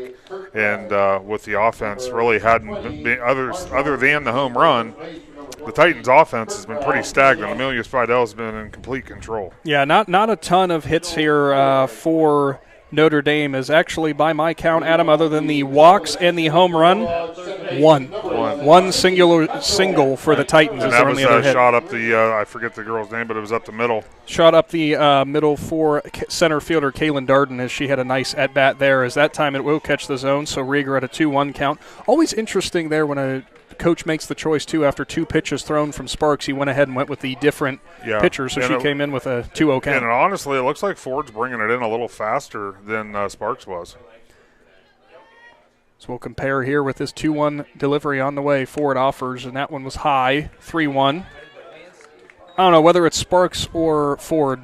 They both got giddy up on those pitches. They both throw very, very well. So Rieger steps in again. 3-1 is the count. Ford, nice fielding there from the pitcher's mound, and she'll just flip it on to first. So the first baseman who became the pitcher flips it on to the pitcher who became the first baseman. Out number 1. That might have been the most confusing way to say that, but you knew what I meant. But it is exactly correct. I'm full of anecdotes, man. Emma Gilkerson, the shortstop, steps in. 2 doubles for her, sacrifice fly. Make it 3 RBIs for her in this ball game. Strike 1. Nice changeup there by Ford, going with off speed right off the bat. Ford has seen Gilkerson hit 3 different times in this game, and I think she went ahead and said, "Yeah, off speed sounds great to start." Yeah, absolutely. Next offering, another off speed pitch. That one catches the zone, make it 0-2, right at the knees of Gilkerson. So, do you go to the well 3 times in a row, Adam? I've seen it done. Because it's like if she feels that's her best pitch, she's going to say, go ahead and hit it. Forward winds, fires, inside pitch, and swung on and fouled by Gilkerson. He'll foul it off of her leg there. That probably didn't feel too good. No. I think Coach Spidel talking to Gilkerson there like, hey, man, look, that was a little inside. It is interesting, though, for Gilkerson. Left center wide open. Yeah, I think her eyes could possibly be on that bus out there. I think it's toying with her. Delivery from Ford. Emma Gilkerson swing and a miss, and swing and a foul. Just barely grazed it. I did not hear it from up here, so I take that back. Gilkerson there. It was another off-speed pitch. I don't think she's swinging just to put it in play, if I'm being honest. No, I don't think so either. Not really the situation the Tigers are in, though, either. No. Ford delivers. That was a heater. That was fouled off again. Madison Brown takes that foul off the chest protector and stands right up. Not a fun position to be in as a catcher. So the 0-2 upcoming to Gilkerson. Ford ready. And will offer. Gilkerson way inside and high that time. Little brushback pitch from Ford. As Gilkerson always up on the plate. Yes. I think it's just a challenge to throw her on the inside part of the plate, which is where she wants it. That pitch way high and outside that time, so now a 2-2. Gilkerson with the ice water in her veins there. After finding herself behind 0-2, fouling a couple off, she's now got the count even at 2-2. Ford's offering. That was an off-speed pitch way high, so it's now a full count. Bring that pitch down about 6 inches, and it still wouldn't have landed yet. I'll tell you what, though, Ford's approach to facing Gilkerson here has actually been spot on. She's done a great job mixing her pitches inside out, off-speed. Payoff pitch. Swung on and belted to left, and guess what, ladies and gentlemen? Home run for Emma Gilkerson. Line drive shot to straightaway left.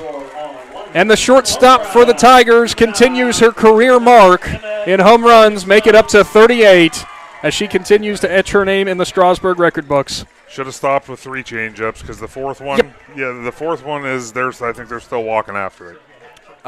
Well, she didn't quite make it to the bus, but it was in that general vicinity. As the left fielder out there, Libby Kelly, hopefully all right. She made contact with the fence there, running back for that. Seems to be all okay. So it's a 9-1 ball game in favor of the Tigers. Center fielder Maggie Richards stands in. Her last time up, she was intentionally walked. Swung on and fouled away. She was intentionally walked, Adam, and that kind of continued that it really continued that big inning for Strasbourg because that set up Sydney Siblow's 3 RBI shot to left center. Yes, it did. Yeah, that was an execution inning is what it was. So now Ford comes up to the plate, or throws to the plate, rather. Now playing first base, number 10, Renee Cunningham. Richards with the 1-1, standing back in, just 1 out. It's again, in the regionals, it's the long ball once again. Offering, that one's high to Richards, ball 2. That wind picking up again. It is. It's starting to cool off. Some of us are cooler than others. Actually blowing in now, if you look at the flag to our left, it's blowing in from left out to center.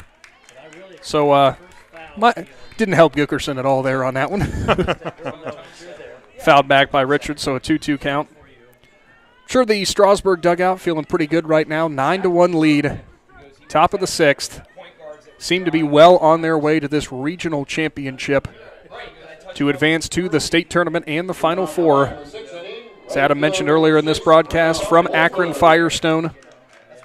When we talk about the last 4 teams in Division IV from across the state, elite company. Yes, it will be. Yeah, they're the 10 o'clock actually is the game on Friday, so it's an early morning game, but they wouldn't care if they were playing that game at 4:30 in the morning. I think they would be thrilled to be there. They would ask, do you have lights at the field? Yeah, okay, we're good. We're good to go then. Yes. So a quick meeting between Brown and Ford at the mound. Talking about the approach to a Richards. Pardon me. 2-2 offering. Swung on and belted to right center. That one's deep for Richards, and guess what? Goodbye. Right center field. Maggie Richards uncorks another one. Back-to-back home runs for the Tigers. Wow.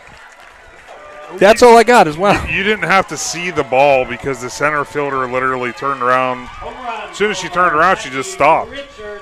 Well, there was no room for the center fielder to actually run as she's playing almost at the fence, and it was one step back, and Maggie Richards. Have a day, why don't you? Yeah, have a day. 10-1, Tigers lead.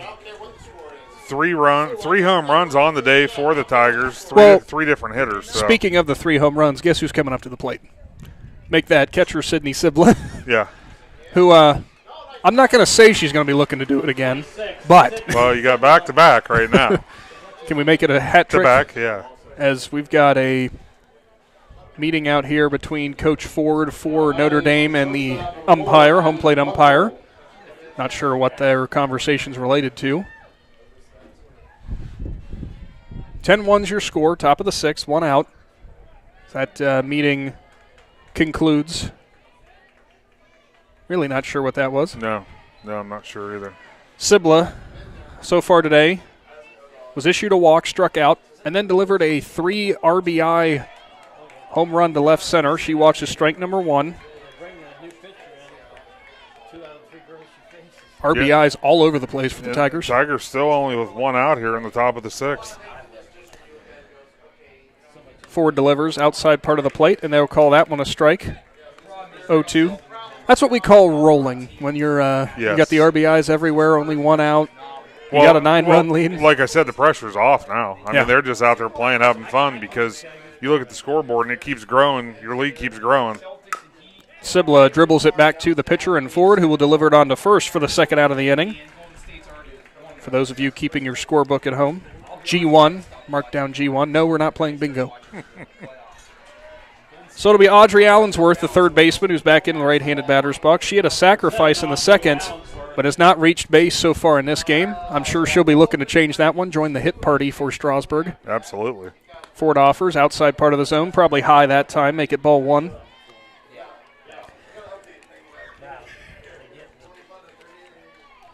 Allensworth, a couple of plays over there at third base. Always a very good defensive presence out there for Strasburg. Offering outside part of the plate, they'll call that one strike one. Brown with the good command back there behind the plate. Ford's next offering on the way is she'll rock. Dribbled to the shortstop that time. Allensworth hustling down to first, and it will be in time as it's squeezed over there by Sparks. So that will do it for the top of the sixth for Strasburg, but the lead is 10-1 as Tigers looking to cruise to victory here from Pickerington Central.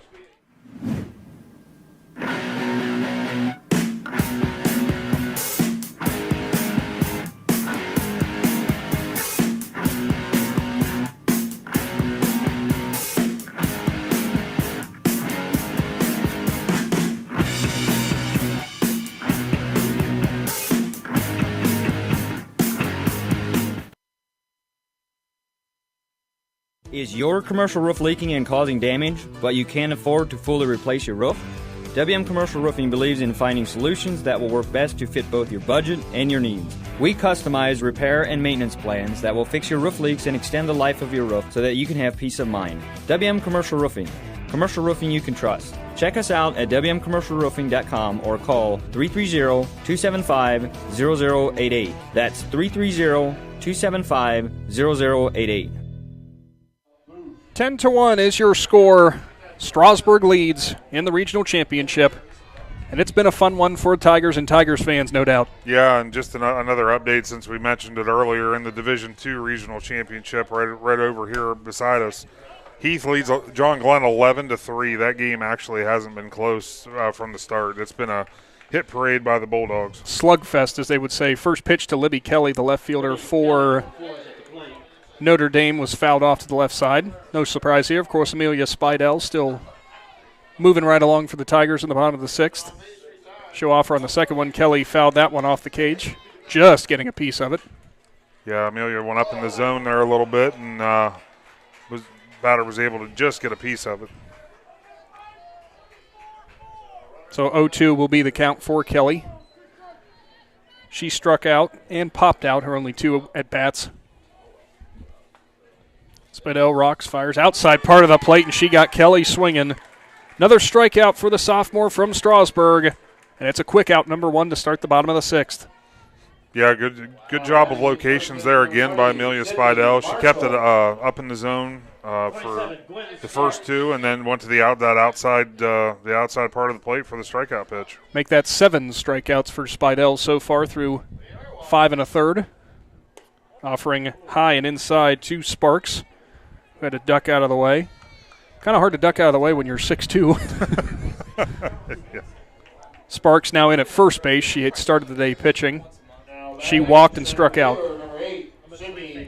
Delivery from Spidel, outside part of the plate, fouled off. 1-1.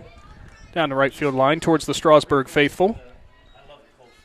Once again, our very own Greg Perkins may have made that catch. He very well could have. Yes, I will give a lot of credit to the fans from Tiger Country, traveling extremely well to come down here and watch their softball team go to work. And the way it's shaping up right now, watch them capture another regional crown. Spidel offers, and it's a bunt attempt for Sparks, but she'll foul it back. Well, when you're down by, when it's 10-1, Adam, sometimes you got to do whatever you can to try to get on. Just try to find, like I said, whatever it takes to get base runners. You got to get something to spark that offense to get things rolling, and obviously going up just trying to hit hasn't done it so far, but was that on purpose, Adam, the spark and Sparks? Yeah, exactly. Offering outside part of the zone, couldn't get her to bite that time, 2-2. Given how many pitches we've seen from Sparks when she was in pitching that went on the outside part of the zone, she knows that part of the plate pretty well. Yes, she does. Yes, she does. 2-2 will be the offering. Spidel readies herself. offers, swung on and painted towards center field. Back is the center fielder, and it's over her head.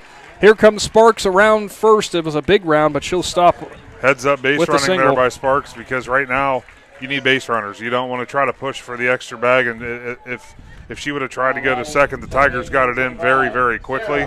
It wouldn't have been good. No, it would not have. And for Richard's sake there, I mean, she's playing deep in center, and she started back quickly, but that ball here from Pickerington Central was just traveling fast as it got over her head in a hurry. Looks like we're going to get a courtesy pinch hitter, actually. Yeah, pinch hitter. Pinch hitter, that's Mia McFeeters. So the pinch hitter coming in, it's 12 for 7. McFeeters. So 12's entering for 7 for the pinch hit appearance. Mm-hmm. Brown, her first time up with a sacrifice and a strikeout looking, so just trying to get something going. McFeeters, another right-handed batter for Notre Dame, and she'll pop that one foul. So I feel accomplished today, Adam, as I went down through the players or the roster for Notre Dame. I didn't have the ones that they were thinking about substituting in, but I did get the roster from them, and I guessed right that McFeeters would be the first one in off the bench. There you go. Strike called, so it's an 0-2 count now to the pinch hitter for Notre Dame.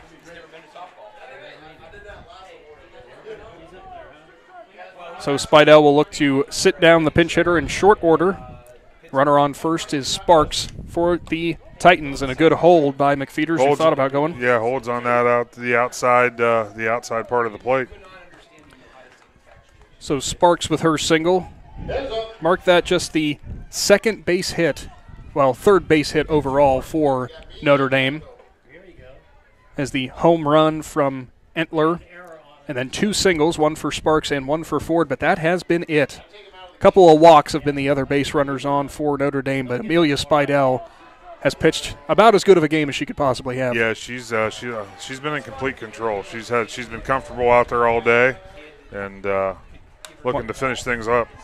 1-2 offering fouled back for McFeeters, and Adam, I have zero idea how she got her bat on that one. Yeah, it looked like it was very high and out of the zone, but she was able to get a majority of the barrel on it. We'll call it bat control, maybe. I don't know. Yeah. And then 6 innings complete. The score is 11-5 for the Bulldogs. So McFeeters will step back in with the 1-2 count. Strasburg well in control, bottom of the 6th, with that 10-1 advantage. Spidel offers off speed, and boy, that was a good job by McFeeters to actually keep her bat back and foul that one off. But that changeup is just so hard after. I mean, because she throws it. Amelia doesn't throw that pitch a lot, but she throws it just enough that whenever it's so effective when she does throw it. I don't know if it's picking up on the stream necessarily, but if you sit here and watch it, from up here it almost looks like a knuckleball coming in. Yeah. It just floats. Offering, swung on and missed. Are they going to call it? And yes, swung on and missed. Pardon me. As Sibla the runner tried to throw down. The runner to first cannot advance because it was occupied. Right. So that's why I got confused there. The runner at second will stay, but yeah, they got it correct down there. Yeah. So give her the swinging strikeout. Runner advances on that. So 2 down for the Titans. They do have a runner in scoring position. Well, it's Caden Darden who has one of the singles for Portsmouth Notre Dame. Spidel winds and fires that one down the right field line and deep, but no problem out there for Jalen Marks, who will hang on to it. Right to her. And that'll do it for the 6th inning. So Strasburg stepping back up to the plate, looking to add to their 10-1 advantage, well on their way to a regional championship. Wolf's Lawn and Landscape, located in Strasburg, specializes in commercial and residential mowing, decorative concrete edging, hardscaping, and mulching. To maintain your home or office, or to beautify the outside with a whole new look, give Wolf's Lawn and Landscape a call today at 204-3933. To learn more about Wolf's Lawn and Landscape, find them on Facebook. Wolf's Lawn and Landscape is a proud supporter of Strasburg Tiger Athletics. Separate yourself from the crowd and be a rock star at Solid Rock Photos. I am Denny Trimmer, inviting you to our new studio home at 128 North Broadway in the heart of downtown New Philadelphia for an unforgettable rock star photo experience. You can learn more online at solidrockphotos.com and all of our social media platforms, or give us a call 330-795-0334. Well, Jalen Marks made the final put out of the 6th inning, and she'll get to start things off here in the 7th for Strasburg. Nick McWilliams, Adam Ciereszewski, Regional Championship. We're not going to say it's over because you still have to play all the outs, but 10-1 is the lead for the Tigers, well on their way to the state Final Four. And isn't it funny, the senior Jalen Marks is leading off yet another inning. Well, make it not 3 straight, but she's led off 3 of the last 4, which is pretty good. Yeah, So- she's taking, as the games went on here, she's taken over the role of the Tigers' new leadoff hitter. Well, in those last 2 leadoffs, she did have a single. Good for Marks there. She was had struck out twice prior to that. As Strasburg looking for more here, no surprise. Popped up, right side. Right fielder coming in and not going to be there. As Jalen Marks is going to get her second straight single. Starting things off well in the 7th for the Tigers. And again, those deep outfielders, Adam, just you can't make a play on that. Yeah, and that's you make a choice. You know, if you want to take the chance of getting beat deep, then you bring them in. Right now, the Titans are choosing to stay back, so that does not happen to limit the bases, but you're going to give up those short fly balls. Danny Wright stands in, swinging a foul ball there. Right, Adam, she has a strikeout, a sacrifice, and also had a single, came around to score in the 4th, which I could say that about pretty much the entire Strasburg lineup after that 4th inning. Bunt attempt for Wright, and she pulls the bat back. It's all the way to the backstop, and no problem. Marks will move up on the passed ball. So ball number 1 to Wright. Good eye on that, and good base running there from Marks, and keeping that pressure on. 9-run lead or not, it's still a regional championship. Yep, absolutely. No run safe, no lead safe enough until it says final. Delivery from Ford, rounds again, pulls the bat back, and that one's to the backstop as well, and there goes Marks all the way to 3rd. So Danny Wright with a 2-1 count and a prime opportunity here to make it a 10-run lead, as she'll now have Marks over at 3rd. Yeah, on 2 pitches, the Tigers go from having a runner at 1st to now a runner at 3rd. Ford's delivery inside, it's to the backstop. Here comes Wright, and she will score, make that Marks. As it was a ball to Wright, and Jalen Marks scores on a pass ball. 3 straight end up in the dirt past Madison Brown. Which ended up being 3 Tigers bases. So 11-1 will be the mark as Danny Wright stands back in on a 3-1 count. After that first strike from Ford, Adam, 3 straight ones in the dirt, kind of surprising. Yeah. As she'll do it again, 4 straight in the dirt. Yeah, looking like she's losing a little control there with her as Coach Ford comes out. Not sure if I could have asked him, but I would not be shocked if maybe relation between Kendall Ford and Shad Ford, just a guess.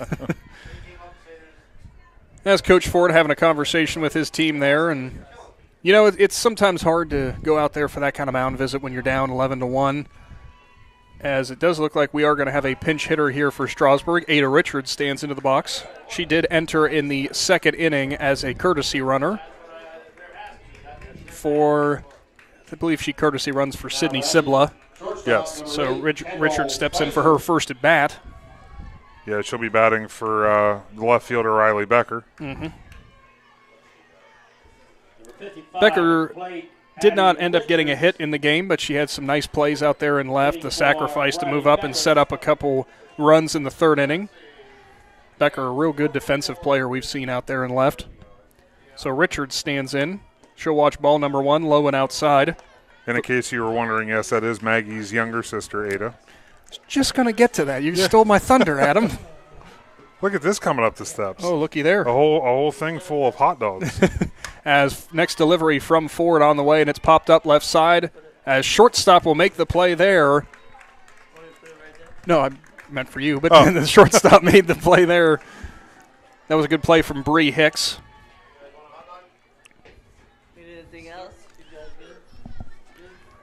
So the pitcher, Amelia Spidel, back in. Swing and a miss for Spidel. Actually might have fouled that one back. As a big thank you to the Pickerington Central catering crew, as we'll call them.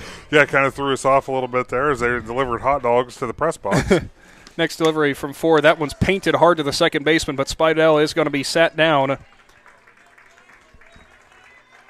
So as you could almost call that one a sacrifice as she moved Danny Wright into scoring position, but instead just a ground out to the second baseman. Not a lot of not a lot of power behind that from Spidel, but does not negate how good of a game as she has had so far. Oh, absolutely. Rieger at the plate. Watches strike one on the outside part of the plate. Now batting, third baseman number 2, Caitlin Jardine. So Rieger, she has 2 walks to her name and 2 groundouts. Trying to get on base with a base knock as she'll watch it go outside. Rieger, as I mentioned, Adam, in the regional semifinal game, a couple of sacrifices for her, and did end up coming around to score a run after an error. Boy. Rieger shoots it hard down the left field line, and it's gone. Boy, she turned on that one. Haley Rieger with a no-doubter down the left field line. 2-run shot. Make it a 13-1 lead. My goodness, did she turn on that, as you mentioned, Adam, no-doubter. And the Lady Tigers brought out the bomb squad today with their 4th home run of the game. Make it home runs for Rieger, Maggie Richards, Sydney Sibla, and, of course, Emma Gilkerson. Yeah. And, oh, wait, who's up? Yeah, well. Number 9, Emma Gilkerson. Okay, you're down 13-1, and for Notre Dame, that's a tough pill to swallow, obviously. I might just go ahead and put her on here, if I'm being honest. So Ford readies. 2 RBI shot for Rieger. Delivery high outside to Gilkerson. Gilkerson's stat line, Adam, 2 doubles, the home run, and a sacrifice fly that also drove in a run. Pretty good day. Yeah, not a bad day at the ballpark. High outside. In total for Gilkerson, that is 4 RBIs as ball makes its way over from the other field. Yeah, 4 RBIs total by my count for Gilkerson. Just a phenomenal game, and we expect that out of the senior shortstop as she'll stand in for the 2-0 on the way. Held off on that one, but it does catch the inside part of the plate, make it 2-1. As the wind's still blowing from the behind the backstop out to left. That breeze maybe helping out these Tigers batters just a little bit, and Gilkerson pops that one off the screen there as it was a high outside pitch. Might have been a bit off speed, too, because Gilkerson seemed to be way in front of it, but still got her bat on it. Did a good job wasting that pitch, giving her an opportunity to see maybe a little bit better one on the next delivery. So Gilkerson readies herself inside, and she'll swing and foul it off of herself again. That one well inside, but Gilkerson, as you mentioned, Adam, she really likes those inside pitches. I think she's giving it away where she likes it where she likes to be pitched. So Ford looking to retire the slugger for Strasburg, but the Tigers already have done the damage. 13-1 in the 7th. Ford offers. Punch back up the middle, and she'll field cleanly and deliver on to first. And that'll do it for the top of the 7th. But the Tigers strike again, 13-1. 3 outs away from a regional championship. Back after this. Hi, I'm Zach Motice with the Tuscarawas Insurance Agency. For all your auto, home, farm, and business insurance, contact our team at the Tuscarawas Insurance Agency. Or stop in and see us at one of our 3 locations in downtown New Philadelphia, Sugar Creek, or in Strasburg, providing excellent service to the Tuscarawas Valley since 1885. Everyone here at the Tuscarawas Insurance Agency would like to wish all area athletes and teams good luck. Are you looking for a local propane supplier? TMK Valley Propane would like to offer you our hassle-free guarantee. We can provide you excellent service with automatic fill options, budget plans, and easy delivery. Let TMK show you how we take the hassle out of your winter heating needs. Give us a call today for a free site evaluation, 330-897-3911. All the way with TMK.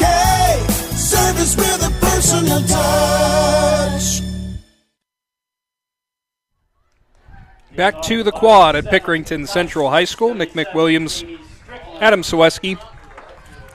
3 outs away are the Tigers from claiming the regional championship, as they've pretty much dominated the Titans from the start. And long fly ball to left, and that's going to be gone. Katie Strickland, the third baseman for Portsmouth Notre Dame, adds on to their run total at 2 apiece. So both runs allowed now by Spidel, coming on by way of the long ball. Yeah, both on solo shots, and that was first pitch. She liked it, and away it went. She liked it to the part that it almost ended up in the parking lot. So 13-2 it is now. Madeline Entler, the right fielder, stands in. So a little fight still in these Titans. That's always good to see. Strickland with a no-doubter there. Strike 1 to Entler. I was almost very shocked there, Adam, to see Strickland jumping on that first pitch. I was not expecting to get out in quite a hurry as it did. Yeah, it carried very quickly.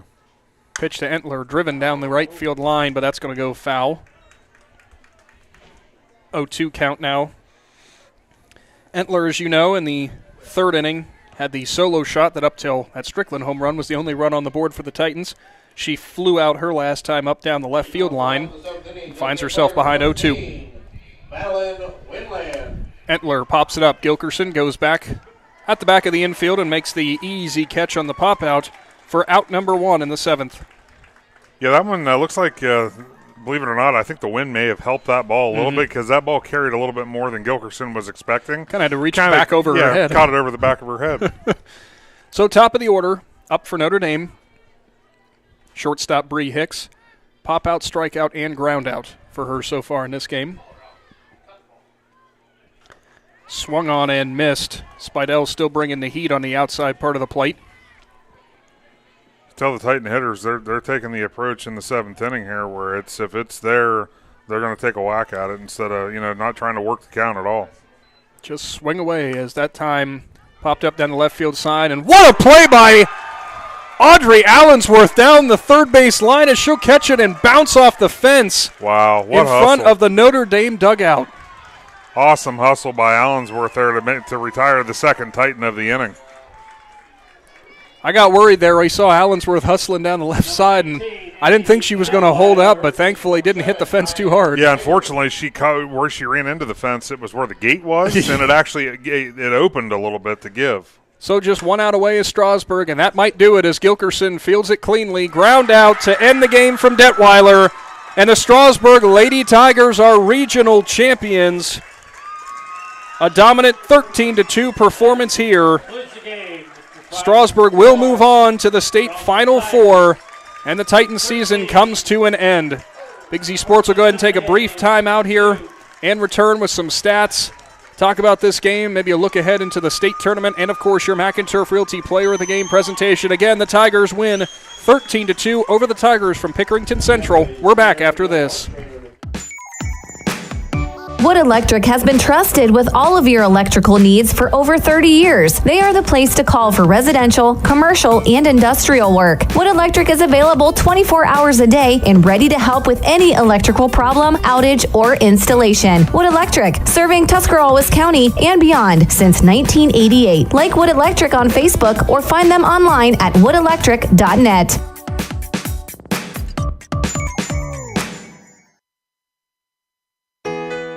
This is Jordan Hartzler. At Hartzler's Quality Housing, our goal is to help customers achieve the dream of home ownership. We have been a family-owned, affordable housing business for over 40 years. We value our customers and have the knowledge and experience to help you walk through the home buying process from start to finish. Conveniently located just off I-77 in New Philadelphia, stop by and browse their model homes or learn more by visiting hartzlers.com.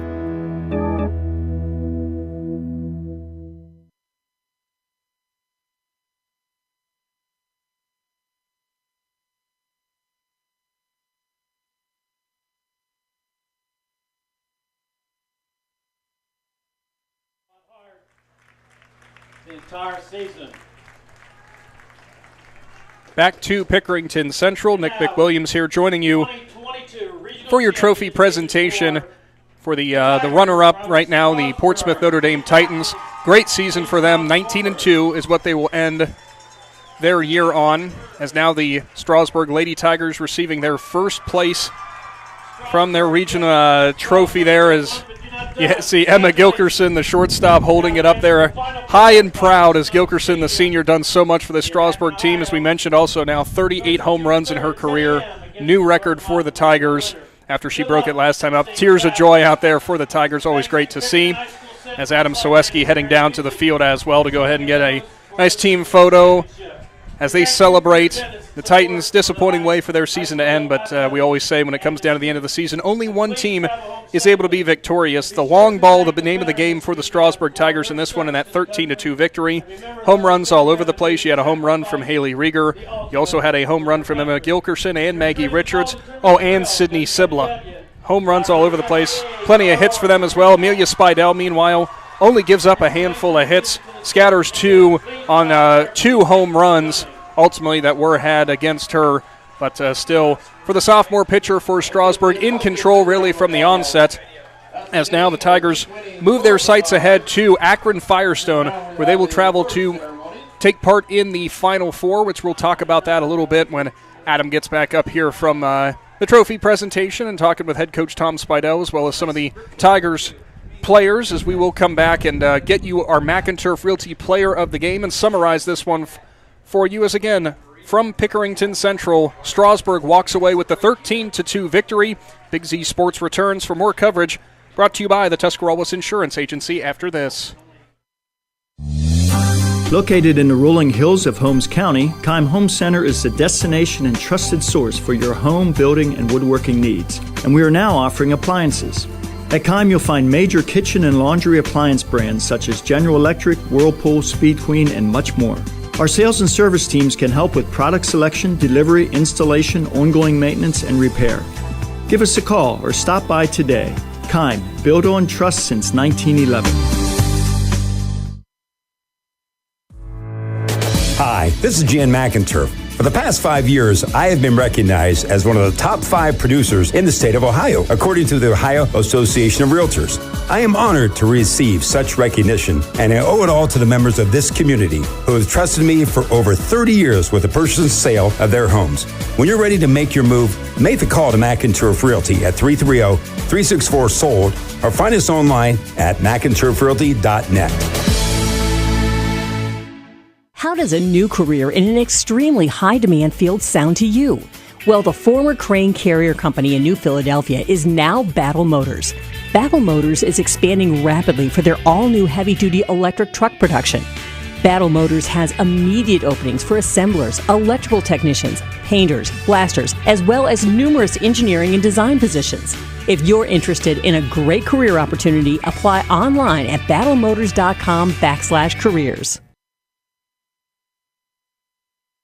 One thing every sports family knows is how crazy eating schedules can get. Well, let Papa John's of Uricksville and New Philadelphia handle the cooking. Papa John's offers a full menu including stuffed crust pizza, Papa Diaz, wings, cheese sticks, and so much more. See all that Papa John's has to offer by visiting papajohns.com and keep earning those Papa rewards. Papa John's of Uricksville and New Philadelphia. Just what you need for your busy schedule. Planning your next vacation or home improvement project and worried about managing expenses? CSB can help with that. Setting a goal is the first step to achieving your vision, and CSB's Money Manager tool helps you get started. Whether you are recovering from Christmas spending or preparing to send kids to college, the Personal Financial Management tool helps you set goals, track your spending, and monitor your progress. Money Manager is available within CSB's online banking. Check it out today. The Commercial and Savings Bank, member FDIC.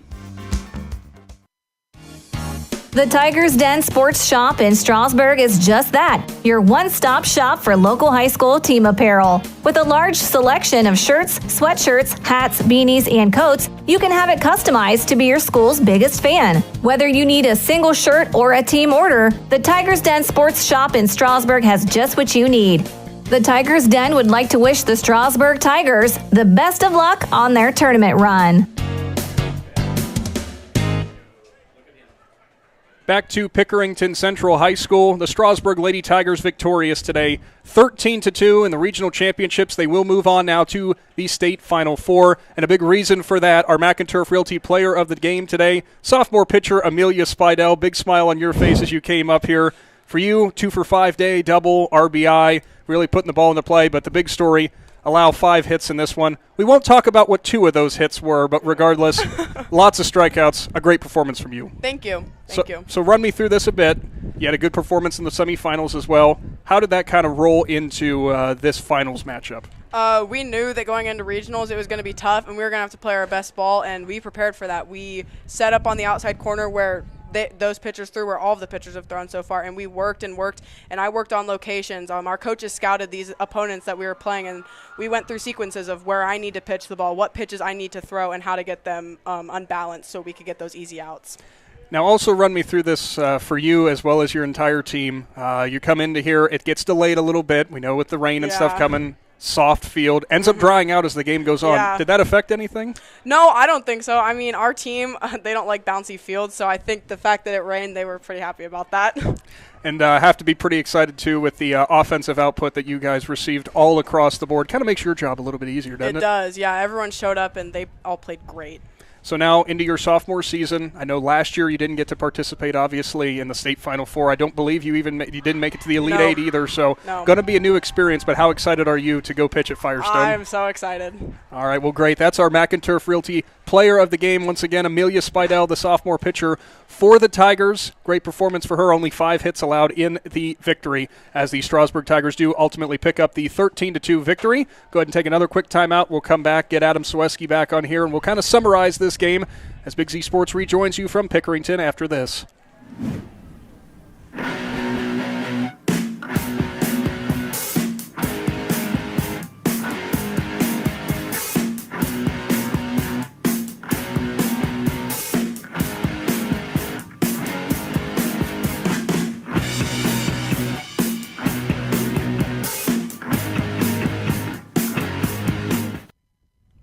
Back to Pickerington Central once again. Nick McWilliams, Adam Ciereszewski, thanks for sticking with us through that brief timeout. Had to get Adam back up here. He had to run up the steps to come back here. But big congratulations to Amelia Spidel, and, of course, a big congratulations to the entire Strasburg Lady Tigers team. Adam, going down through the offensive lineup, I mean, Emma Gilkerson, Maggie Richardson, Sydney Sibla. I think I said Richardson again. I did that before. Maggie Richards, Sydney Sibla, Jalen Marks. I mean, there were hits all over the place. I mean, offensively speaking, player of the game could have gone to almost anybody. It really could have. I mean, there was, a number of Tigers had a great game. They, as coaches like to say in these big moments, make a memory. Well, guess what? A lot of those girls made a memory today. I mean, claiming the regional championship, 4 of those girls hit home runs. I mean, execution was flawless, if you ask me. I mean, they did everything they needed to do today to come out of here victorious. And that's why they're heading to Akron next Friday. Absolutely. And with Amelia Spidel, I joked with her. You heard, obviously, before we came back online here. I said, we'll just say you gave up 5 hits, right? We won't say the 2 home runs, and she got a good laugh out of that. The only blemishes you can really think of for the Tigers throughout the day against the Titans. I mean, for Portsmouth Notre Dame, those 2 long balls were great for them, but just unable to string anything together, kind of what led to Spidel being our player of the game. Absolutely. I mean, the big inning for Strasburg back in the 4th, that's what they did. And they did all that with 2 outs. It was just execution. It was singles. It was bunts. It was taking advantage of pass balls. Every opportunity that came to Strasburg, they got runs out of it. Unfortunately for Notre Dame, those opportunities weren't there to even have the ability to try to execute to get those runs, because Amelia Spidel, it's like once they got to second base, she's like, okay, that's it. That's all we're doing. You're not going any further. You're not going any further. So, again, just a great all-around performance, very well deserving to head to Akron and take a shot at the state semifinal. Definitely, and any Portsmouth Notre Dame fans, if you're still tuned in here as we see the Titans come off the field now, a great season from them. Big congratulations to them. Nothing to hang their heads about. We talked about how tough of a team this was going to be coming in. It was for Strasburg throughout. But as you mentioned, when the floodgates open, I mean, just the entire momentum and just the confidence that the Tigers exuded, it's just something that these teams that Strasburg's going to be facing in the Final Four, they know they can't do, give them that momentum. Oh, absolutely, and that's that's one consistent thing that we saw out of the Tigers in both games. They were the first team to strike, and the Tigers are going to have to look to do that as this season goes on. Now, granted, there's 2 more opportunities. You execute 2 more times, 2 more days, then you're talking state championship, Division IV state champion. So it's in sight now. The next venue is where it's done. So to be in that position, congratulations to them. Represent Strasburg, represent Tuscarawas County.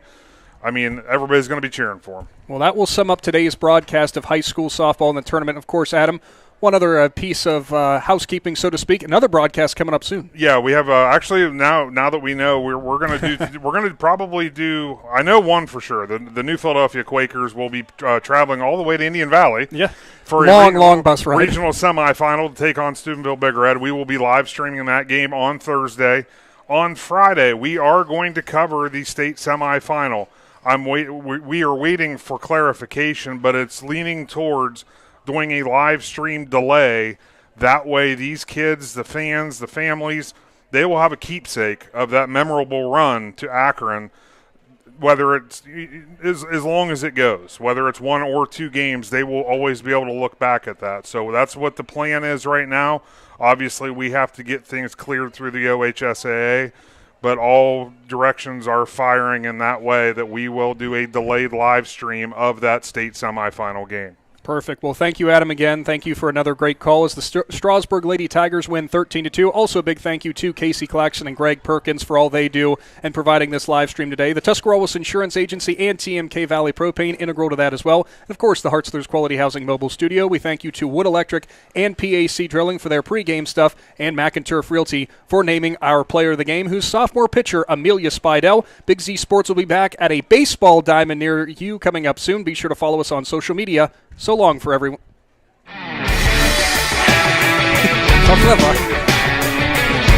Thanks for listening to tonight's presentation of Big Z Sports and Claxon Communication High School play-by-play action. Be sure to subscribe to Big Z Sports on YouTube, follow Big Z Sports on Facebook, on Twitter @Big_Z Sports. For the best coverage of high school sports, there's only one Big Z Sports.